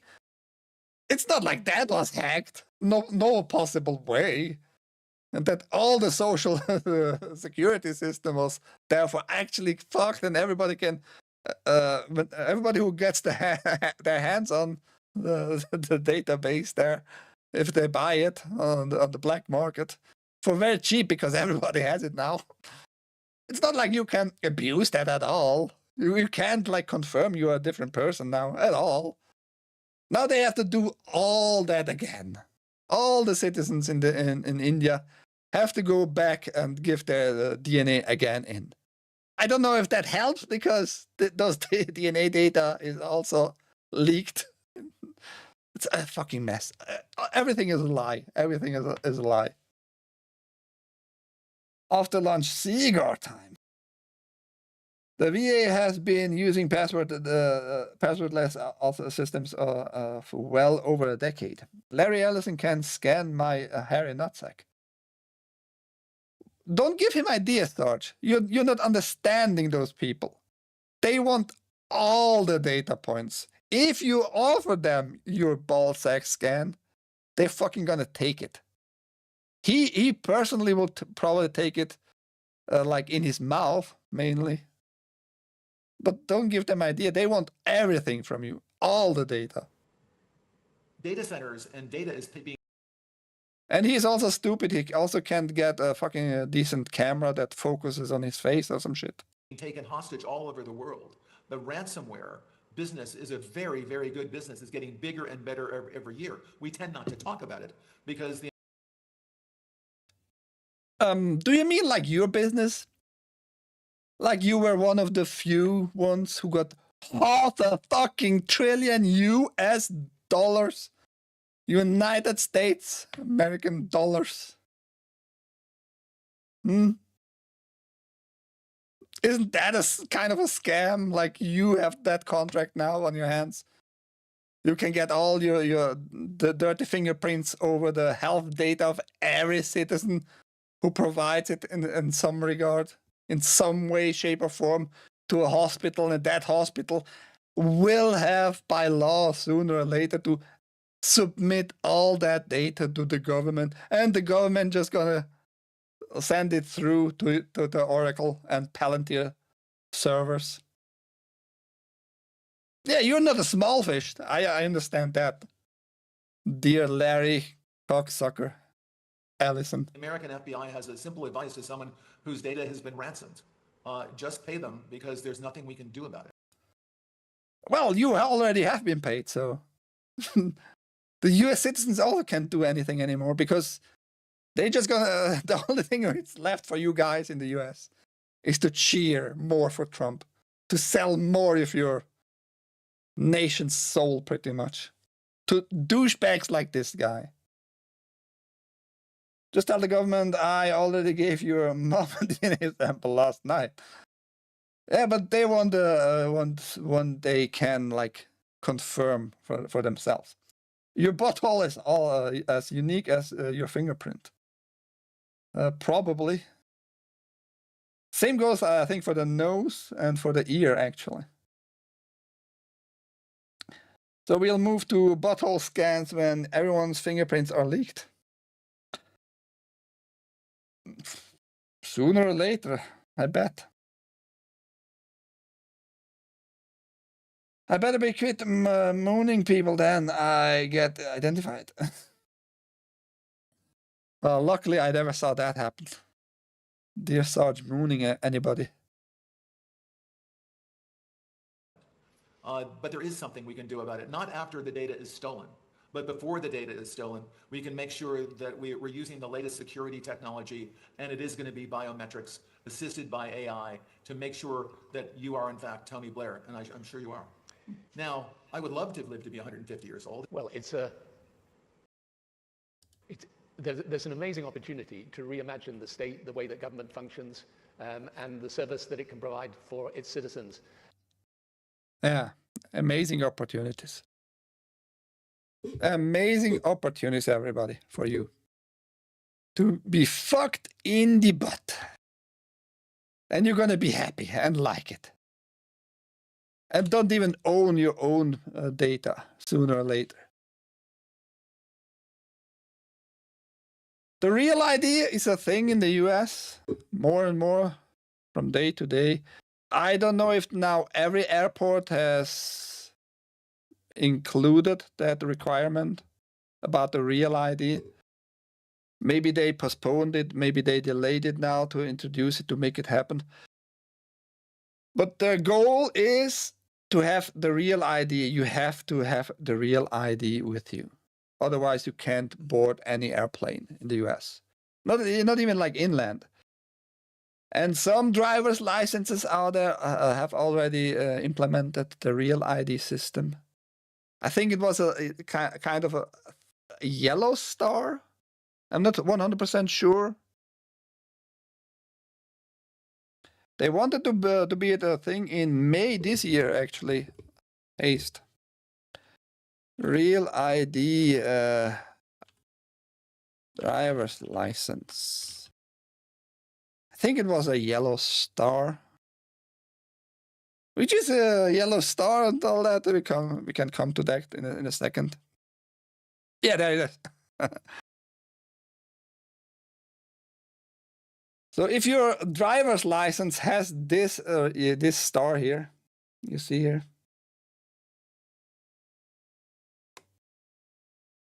Oh yeah, man.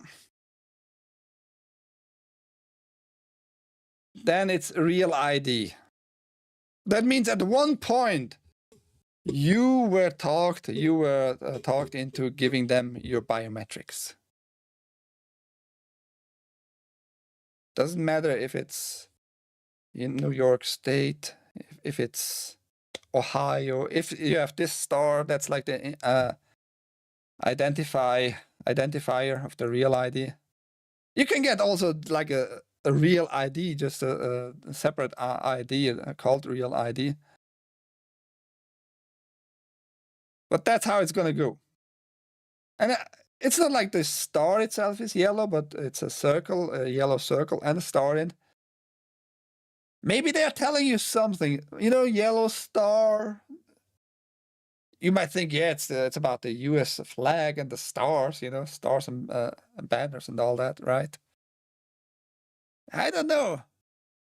The connotation with yellow and star to me is like, they show you something like, that's how you're going to identify everybody who is just willingly going along with our bullshit. It's all very weird, just saying. You have a Real ID. Well, you are a wiener toucher, at least. I'm not going to say cocksucker haste, but you seem like to enjoy to watch wieners. I mean, I get it. I absolutely get it. If you have like a job and your job requires traveling and you have to be up to date and you don't want to get out of the way of immediate troubles, you're just going to go along with many of those requirements. But all that data, whatever you gave in biometrics, it's going to go to Oracle and Palantir.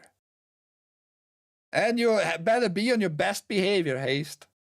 Otherwise, you're not going to be safe from the government. Not at all. That's an interesting guy there from the North Dakota. Looks totally fake since there's no Chinese in. That's just a sample. That's all just sample stuff. Chill out.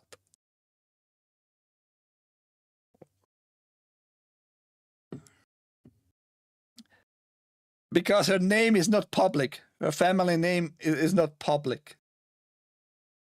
It's just a sample. And her street is also not 1, 2, 3, 4, 5 your street. Silly. I have gold star like Juden on my driver's license. Well, you have a Real ID. You can easily travel via airplane. The TSA is going to be super happy with you. They see that star, they can just scan it. It has the NFC data on the chip. You're chipped. You're chipped, just the chip is yet outside of your body for now. I was annoyed by people who didn't have the Real ID when it was fully implemented for domestic travel. I was annoyed by people who didn't. Why were you fucking annoyed? Speaking of IDs, I told a Whole Foods employee a while back that I was an illegal and I didn't have an ID to buy booze. She ended up ringing me up still. Didn't care. She didn't care. Good on her, I think. I had a CDL back when they made get a star on my ID. Florida already started ID.me when I applied for unemployment during COVID. Because they hold the line, like, dumbass is like, what? Anyhow. I'm just saying, I'm just telling you, I'm warning you, Larry Ellison is gonna fuck you sooner or later in the air with the government. They have a big deal together. He doesn't need to steal your data. He just gets endless supply of it directly from the government. Which is, yeah.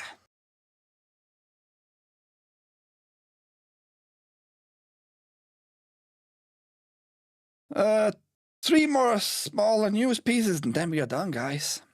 You still can do gifts subscription if you want to get into the Wheel of Fortune.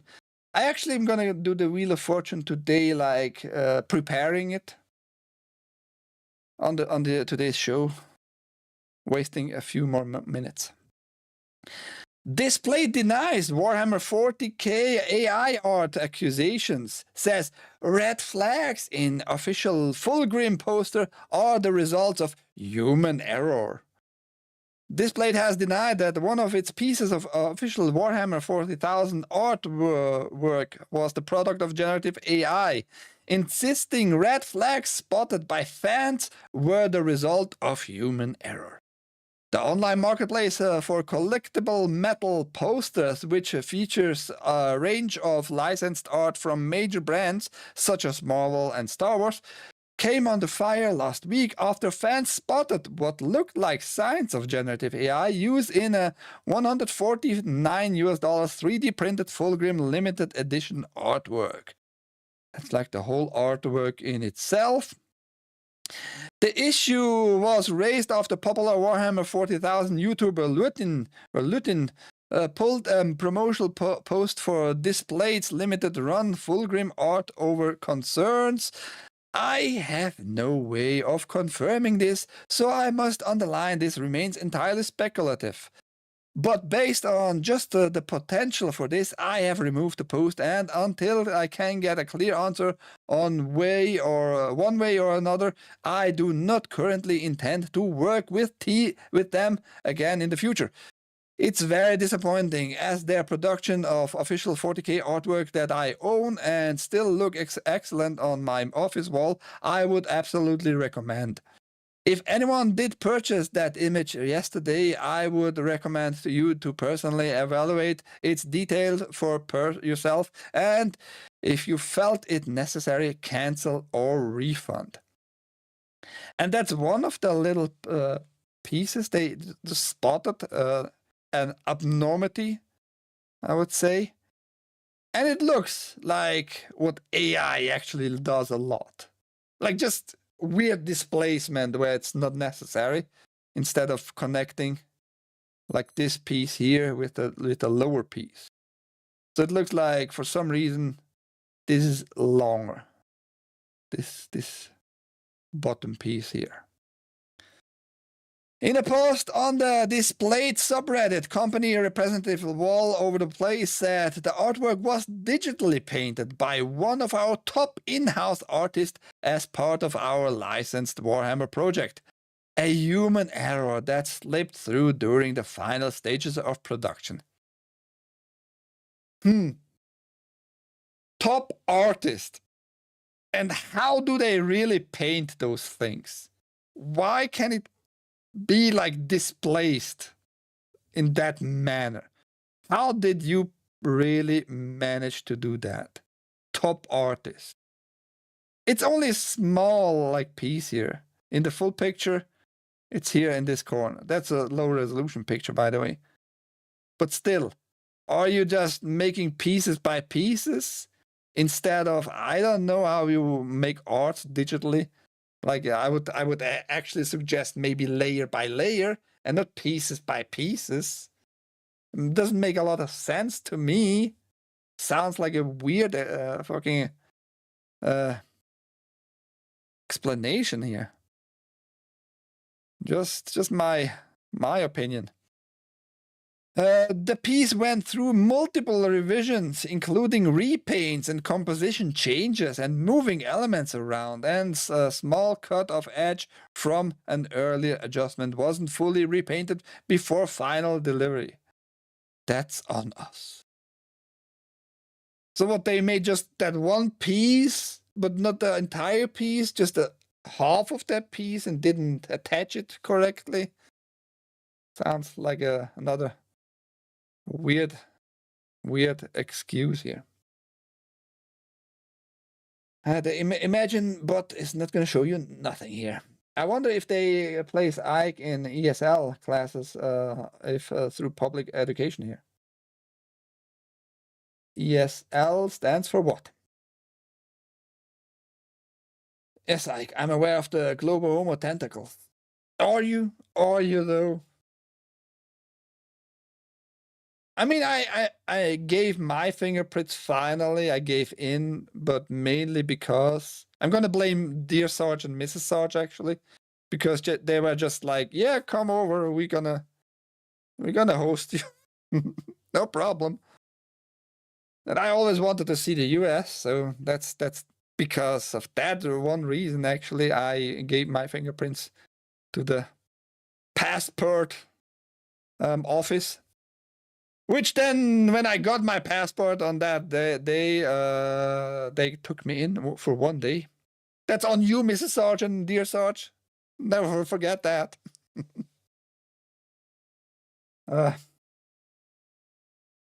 This plate versus that plate. I think Dear Sarge just did an ebonics there. Imagine Ike in a sombrero. He already speaks better English than 90% of the residents of Detroit. Shit. Yeah, I guess. With an accent, but I don't say hold the door, hold the door. I say fucking hold the door. Hold the door, hold the door. What a weirdo. What a weirdo girl. Where was I? We understand why this raised red flags, especially given how strongly fans communities feel about AI, and we take that seriously. Limited editions are our highest tier releases, and we treat them accordingly. To be completely clear, none of our licensed artwork have been or will be AI generated. Every limited edition we release is created entirely by a real artist, either by our internal art team or trusted external collaborators, and held to the highest standards we apply as a company. I don't know.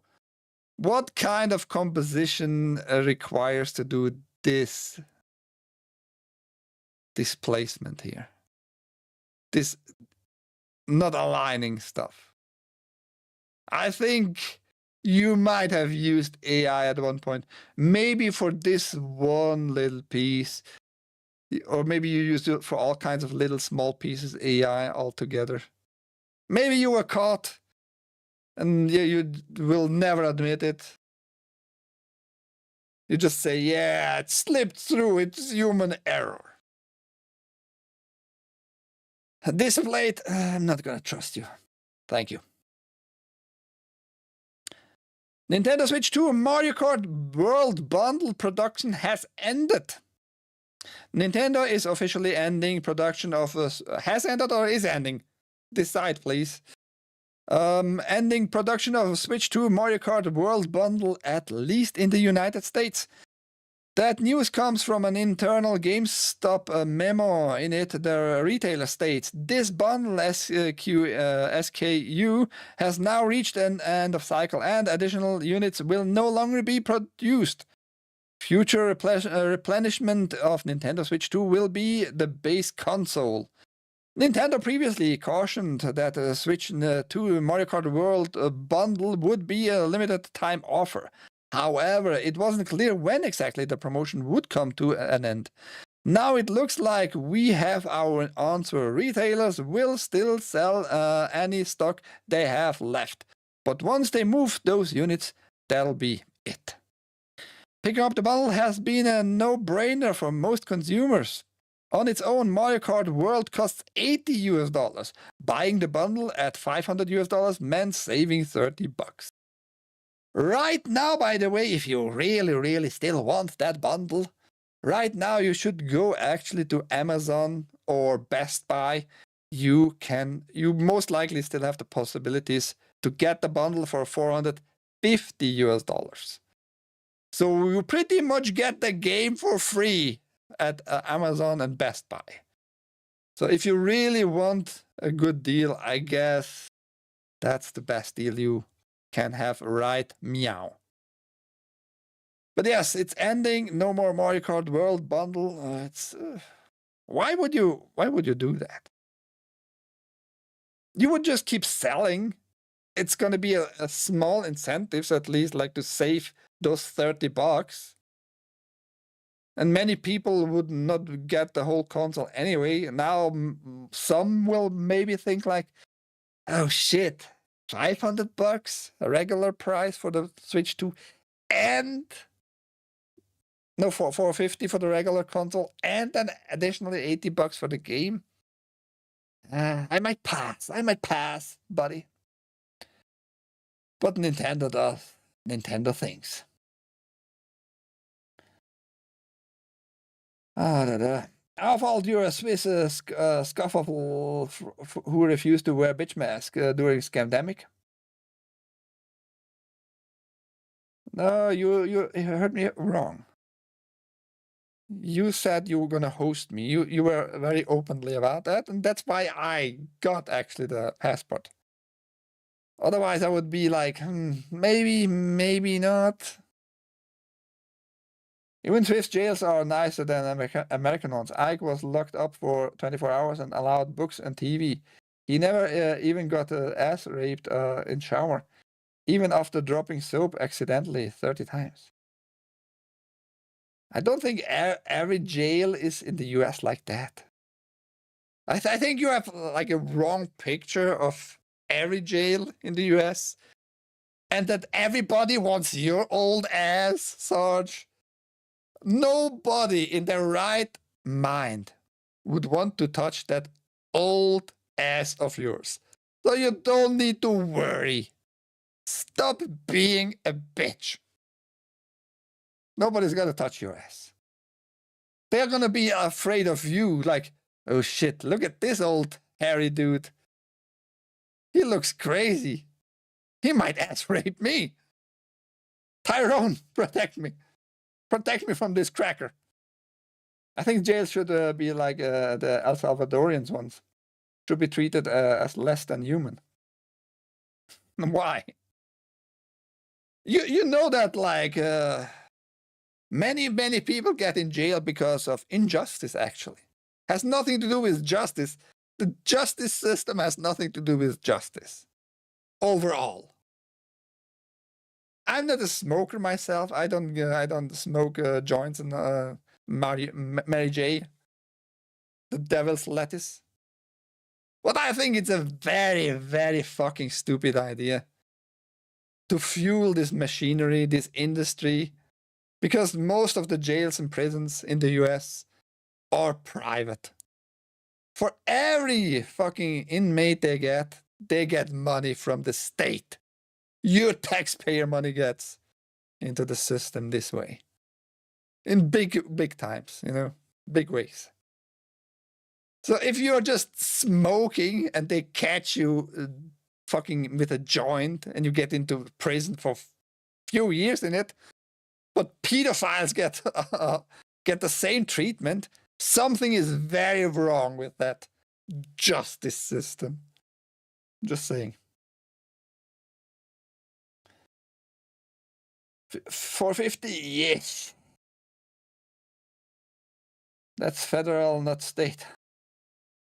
Only downside to brutal penal system is when some innocent guy winds up there. Some? I would say most of the inmates are actually, in some regard, innocent.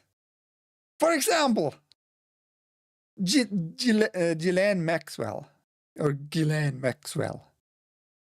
She gets like prioritized treatment. Can go to the spa in that one prison she has. Walk around pretty freely, you know. Low security shit. You know, that pedophile who was put into jail of human trafficking to nobody. Even to this day, no names attached to her case at all. How that works out, I still am baffled. Despite we getting now more information, by the way. Oh, as everybody, by the way, forgotten, Melania Trump's wife, right now wife, was banged before him by the best friend of Trump, Epstein himself. He went over her a few times before he gave her to Trump. Never forget such details. Why you keep forgetting such details? Anyhow, Ike doesn't smoke pole, no. I can be insane by myself if I want to. That's good news at the end here, everybody. Good news for people who would like to play that in the future. In the near future, maybe. Legend of Zelda Twilight Princess fans finally complete years-long mission to fully decompile the GameCube version of the iconic RPG, and we can only guess a PC port isn't far off. The Legend of Zelda fans have fully decompiled Twilight Princess, opening things up for potential PC fan port down the line. Given the popularity of the decompile Ocarina of Time port ship of Harkinian and decompile Majora's Mask port to ship to Harkinian, somebody is a Dune fan, I think. Fans are understandably keen to get the work on the other 3D Zelda games. Lucky for them, as a Reset Era user has spotted, GameCube classic The Legend of Zelda Twilight Princess is now 100% decompiled after over 2 years, with the earliest files on the GitHub being dated August 9th, 2023. One of the best trends of the 2020s for retro gaming has been fans' efforts in decompilation, a process which allows the game to be stripped back to its source code, which then creates the possibility for it to be tinkered with. The excellent Super Mario 64 PC port back in 2020 felt like a kicking off point, and since then, we've gotten incredible ways of playing other N64 classics like Mario Kart 64, The Legend of Zelda, Ocarina of Time, Majora's Mask, and even Xbox 360 games, with Sonic Unleashed arriving earlier this year. And yes, especially The Legend of Zelda, Ocarina of Time, and Majora's Mask look, feel, and play actually amazing. Like full 16:9 resolution, 60 frames per second, no jittering and all that, no skipping of frames, nothing like that, because it's directly recompiled from the source code into today's systems. It looks great, it sounds great, everything is absolutely fine, but it still has the character of the original game, which makes it even better, the whole thing. It's not like an emulator. A certain emulation you can make a certain stuff, 16:9 meaning widescreen for today's displays and all that. But like the correct frame rate to have it for your GPU and your system of today's time, PCs, is a different story. With emulator, not easily achievable still. So recompiling a game like Twilight Princess here, I'm looking forward to that one. I never played the original one, so if this one is recompiled for Windows, and yeah, I'm gonna play it. I'm gonna play this one. A game that was released for GameCube, Wii U, by the way. And the GameCube version looks better than the Wii version for whatever reasons. I don't know the reasons about that. But that is good news. They decompiled 100%. I actually saw early on today just a screenshot on social media about this. And I was not sure if that means exactly what I see now in this article. But yes, we are having here confirmation. Recompiling this game is going to be probably an easy task, actually. Decompiling English, motherfucker. Decompile, yeah, that's a word. I didn't invent those words. Compiling, decompiling, recompiling. I know it has nothing to do with your mom, Sarge, but it's a word. Compile it. Coding, motherfucker. Missing out, Ike. Wii U. Yeah, it was never on the radar, the Twilight, for some reason anyway. I had the Wind Waker. Yeah, I know. It's Wind Waker. But I like to call Link Wind Wanker. Sounds more fun. I had that on GameCube, but even that I didn't like too much. Sure, it's a word, but no idea what the fuck you mean. Compiling. You make with the compiling, you make it work for that very system. You can compile it for Linux. You can compile it for this Linux system or that Linux system, for Windows, for Mac, OS, whatever. You just attune it, the data sets, all those data pieces together to make it work on that operating system. That's what you need a compiler for. The compiler usually can do that all by itself.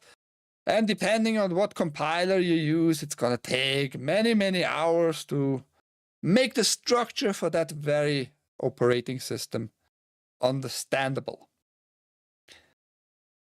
I must start calling it that. Wind Wanker. It's so obvious. Just one more letter in it, right? It's so easy. Oh yeah, I almost forgot. I almost forgot. That's the wheel. Oh shit, what's going on here? Oh.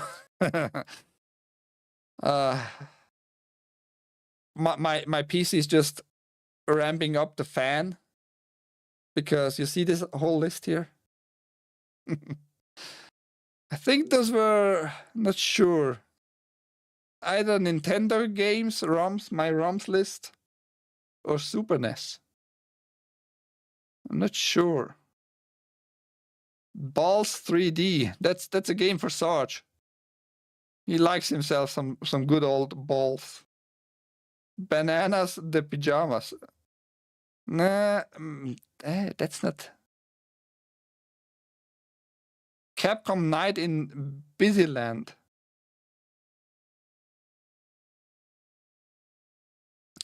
I built Chromium in 3 hours or so. Yeah, but has Chromium more or less data than Twilight Princess? Castlevania Dracula X. Castlevania 1, 4, Castlevania Dracula. I'm not sure which system that is. Clay Fighter? Could also be Genesis. No. Castlevania, too many Castlevania for Genesis, of course. I made that at one point, maybe for retro streams. But we're gonna add now you guys who gifted, because every gifted in December gonna be at least one share. We have this faggot. Where's the advanced? Here's the advanced. Yes. Add entry, entry, entry, entry. We're gonna split haste zealot into 2. Wait a second. Wait a second.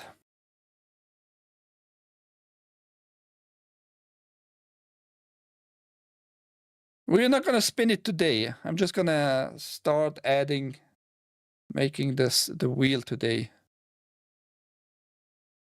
Dashboard.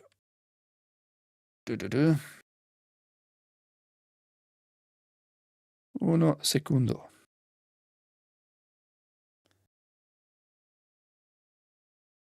Okay. 3 here, then who else? Ball of tennis. Gonna have 2. Mrs. Sarge. We're gonna have to split you into 2. Dear Sarge. 2. Now the rest of Hazed Zealot. 3. And Mrs. Sarge again with 2. Just to split it up to make it look a little bit more even.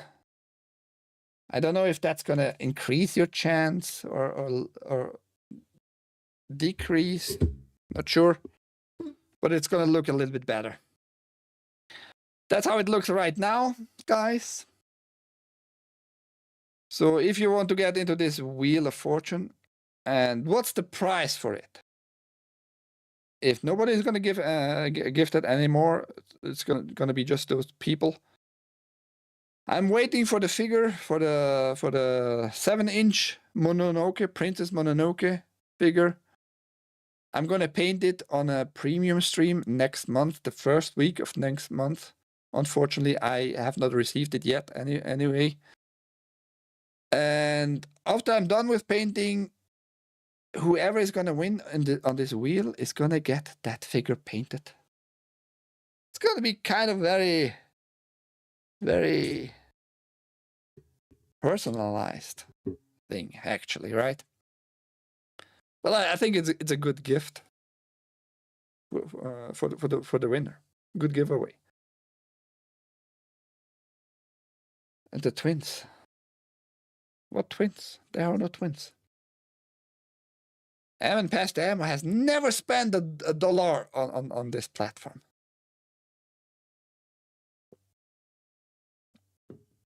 But yes, just if you want to know why this wheel is here, one gifted gives you one kind of a raffle ticket for this wheel. Let's right now. Ouch, my junk wants to get in. We can do that. Thank you very much. There is Ouch, my junk. We are not gonna put you besides Cheddar Steve. That's mean. We're gonna put you between Dear Sergeant Haste. Making a sandwich. Making an Ouch, my junk sandwich.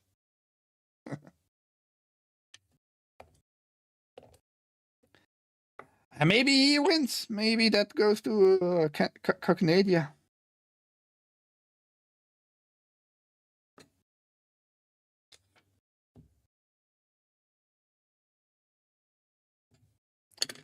Maybe that goes to Cognadia. Now I can save it. Just... Oh, it was for the Super Nintendo. Tigger. Let's. Princess Mononoke. Mononoke Hime. Save it there. Okay. Thank you again, everybody. all those gifted in the end is gonna pay pretty much for the shipment. And I'm gonna have to ship it like very secure. But it's gonna get out. It's gonna get out. That was it for today, everybody. I hope you have a great rest of your day. Thank you for being around. Luckily, it was not super gay today in the chat, which I appreciate. Kind of a fresh wind, not having it too gay. The next news is going to be on Wednesday, 2 p.m. here on this channel, TAGN. My name is Ike. Thank you and take care. Bye-bye.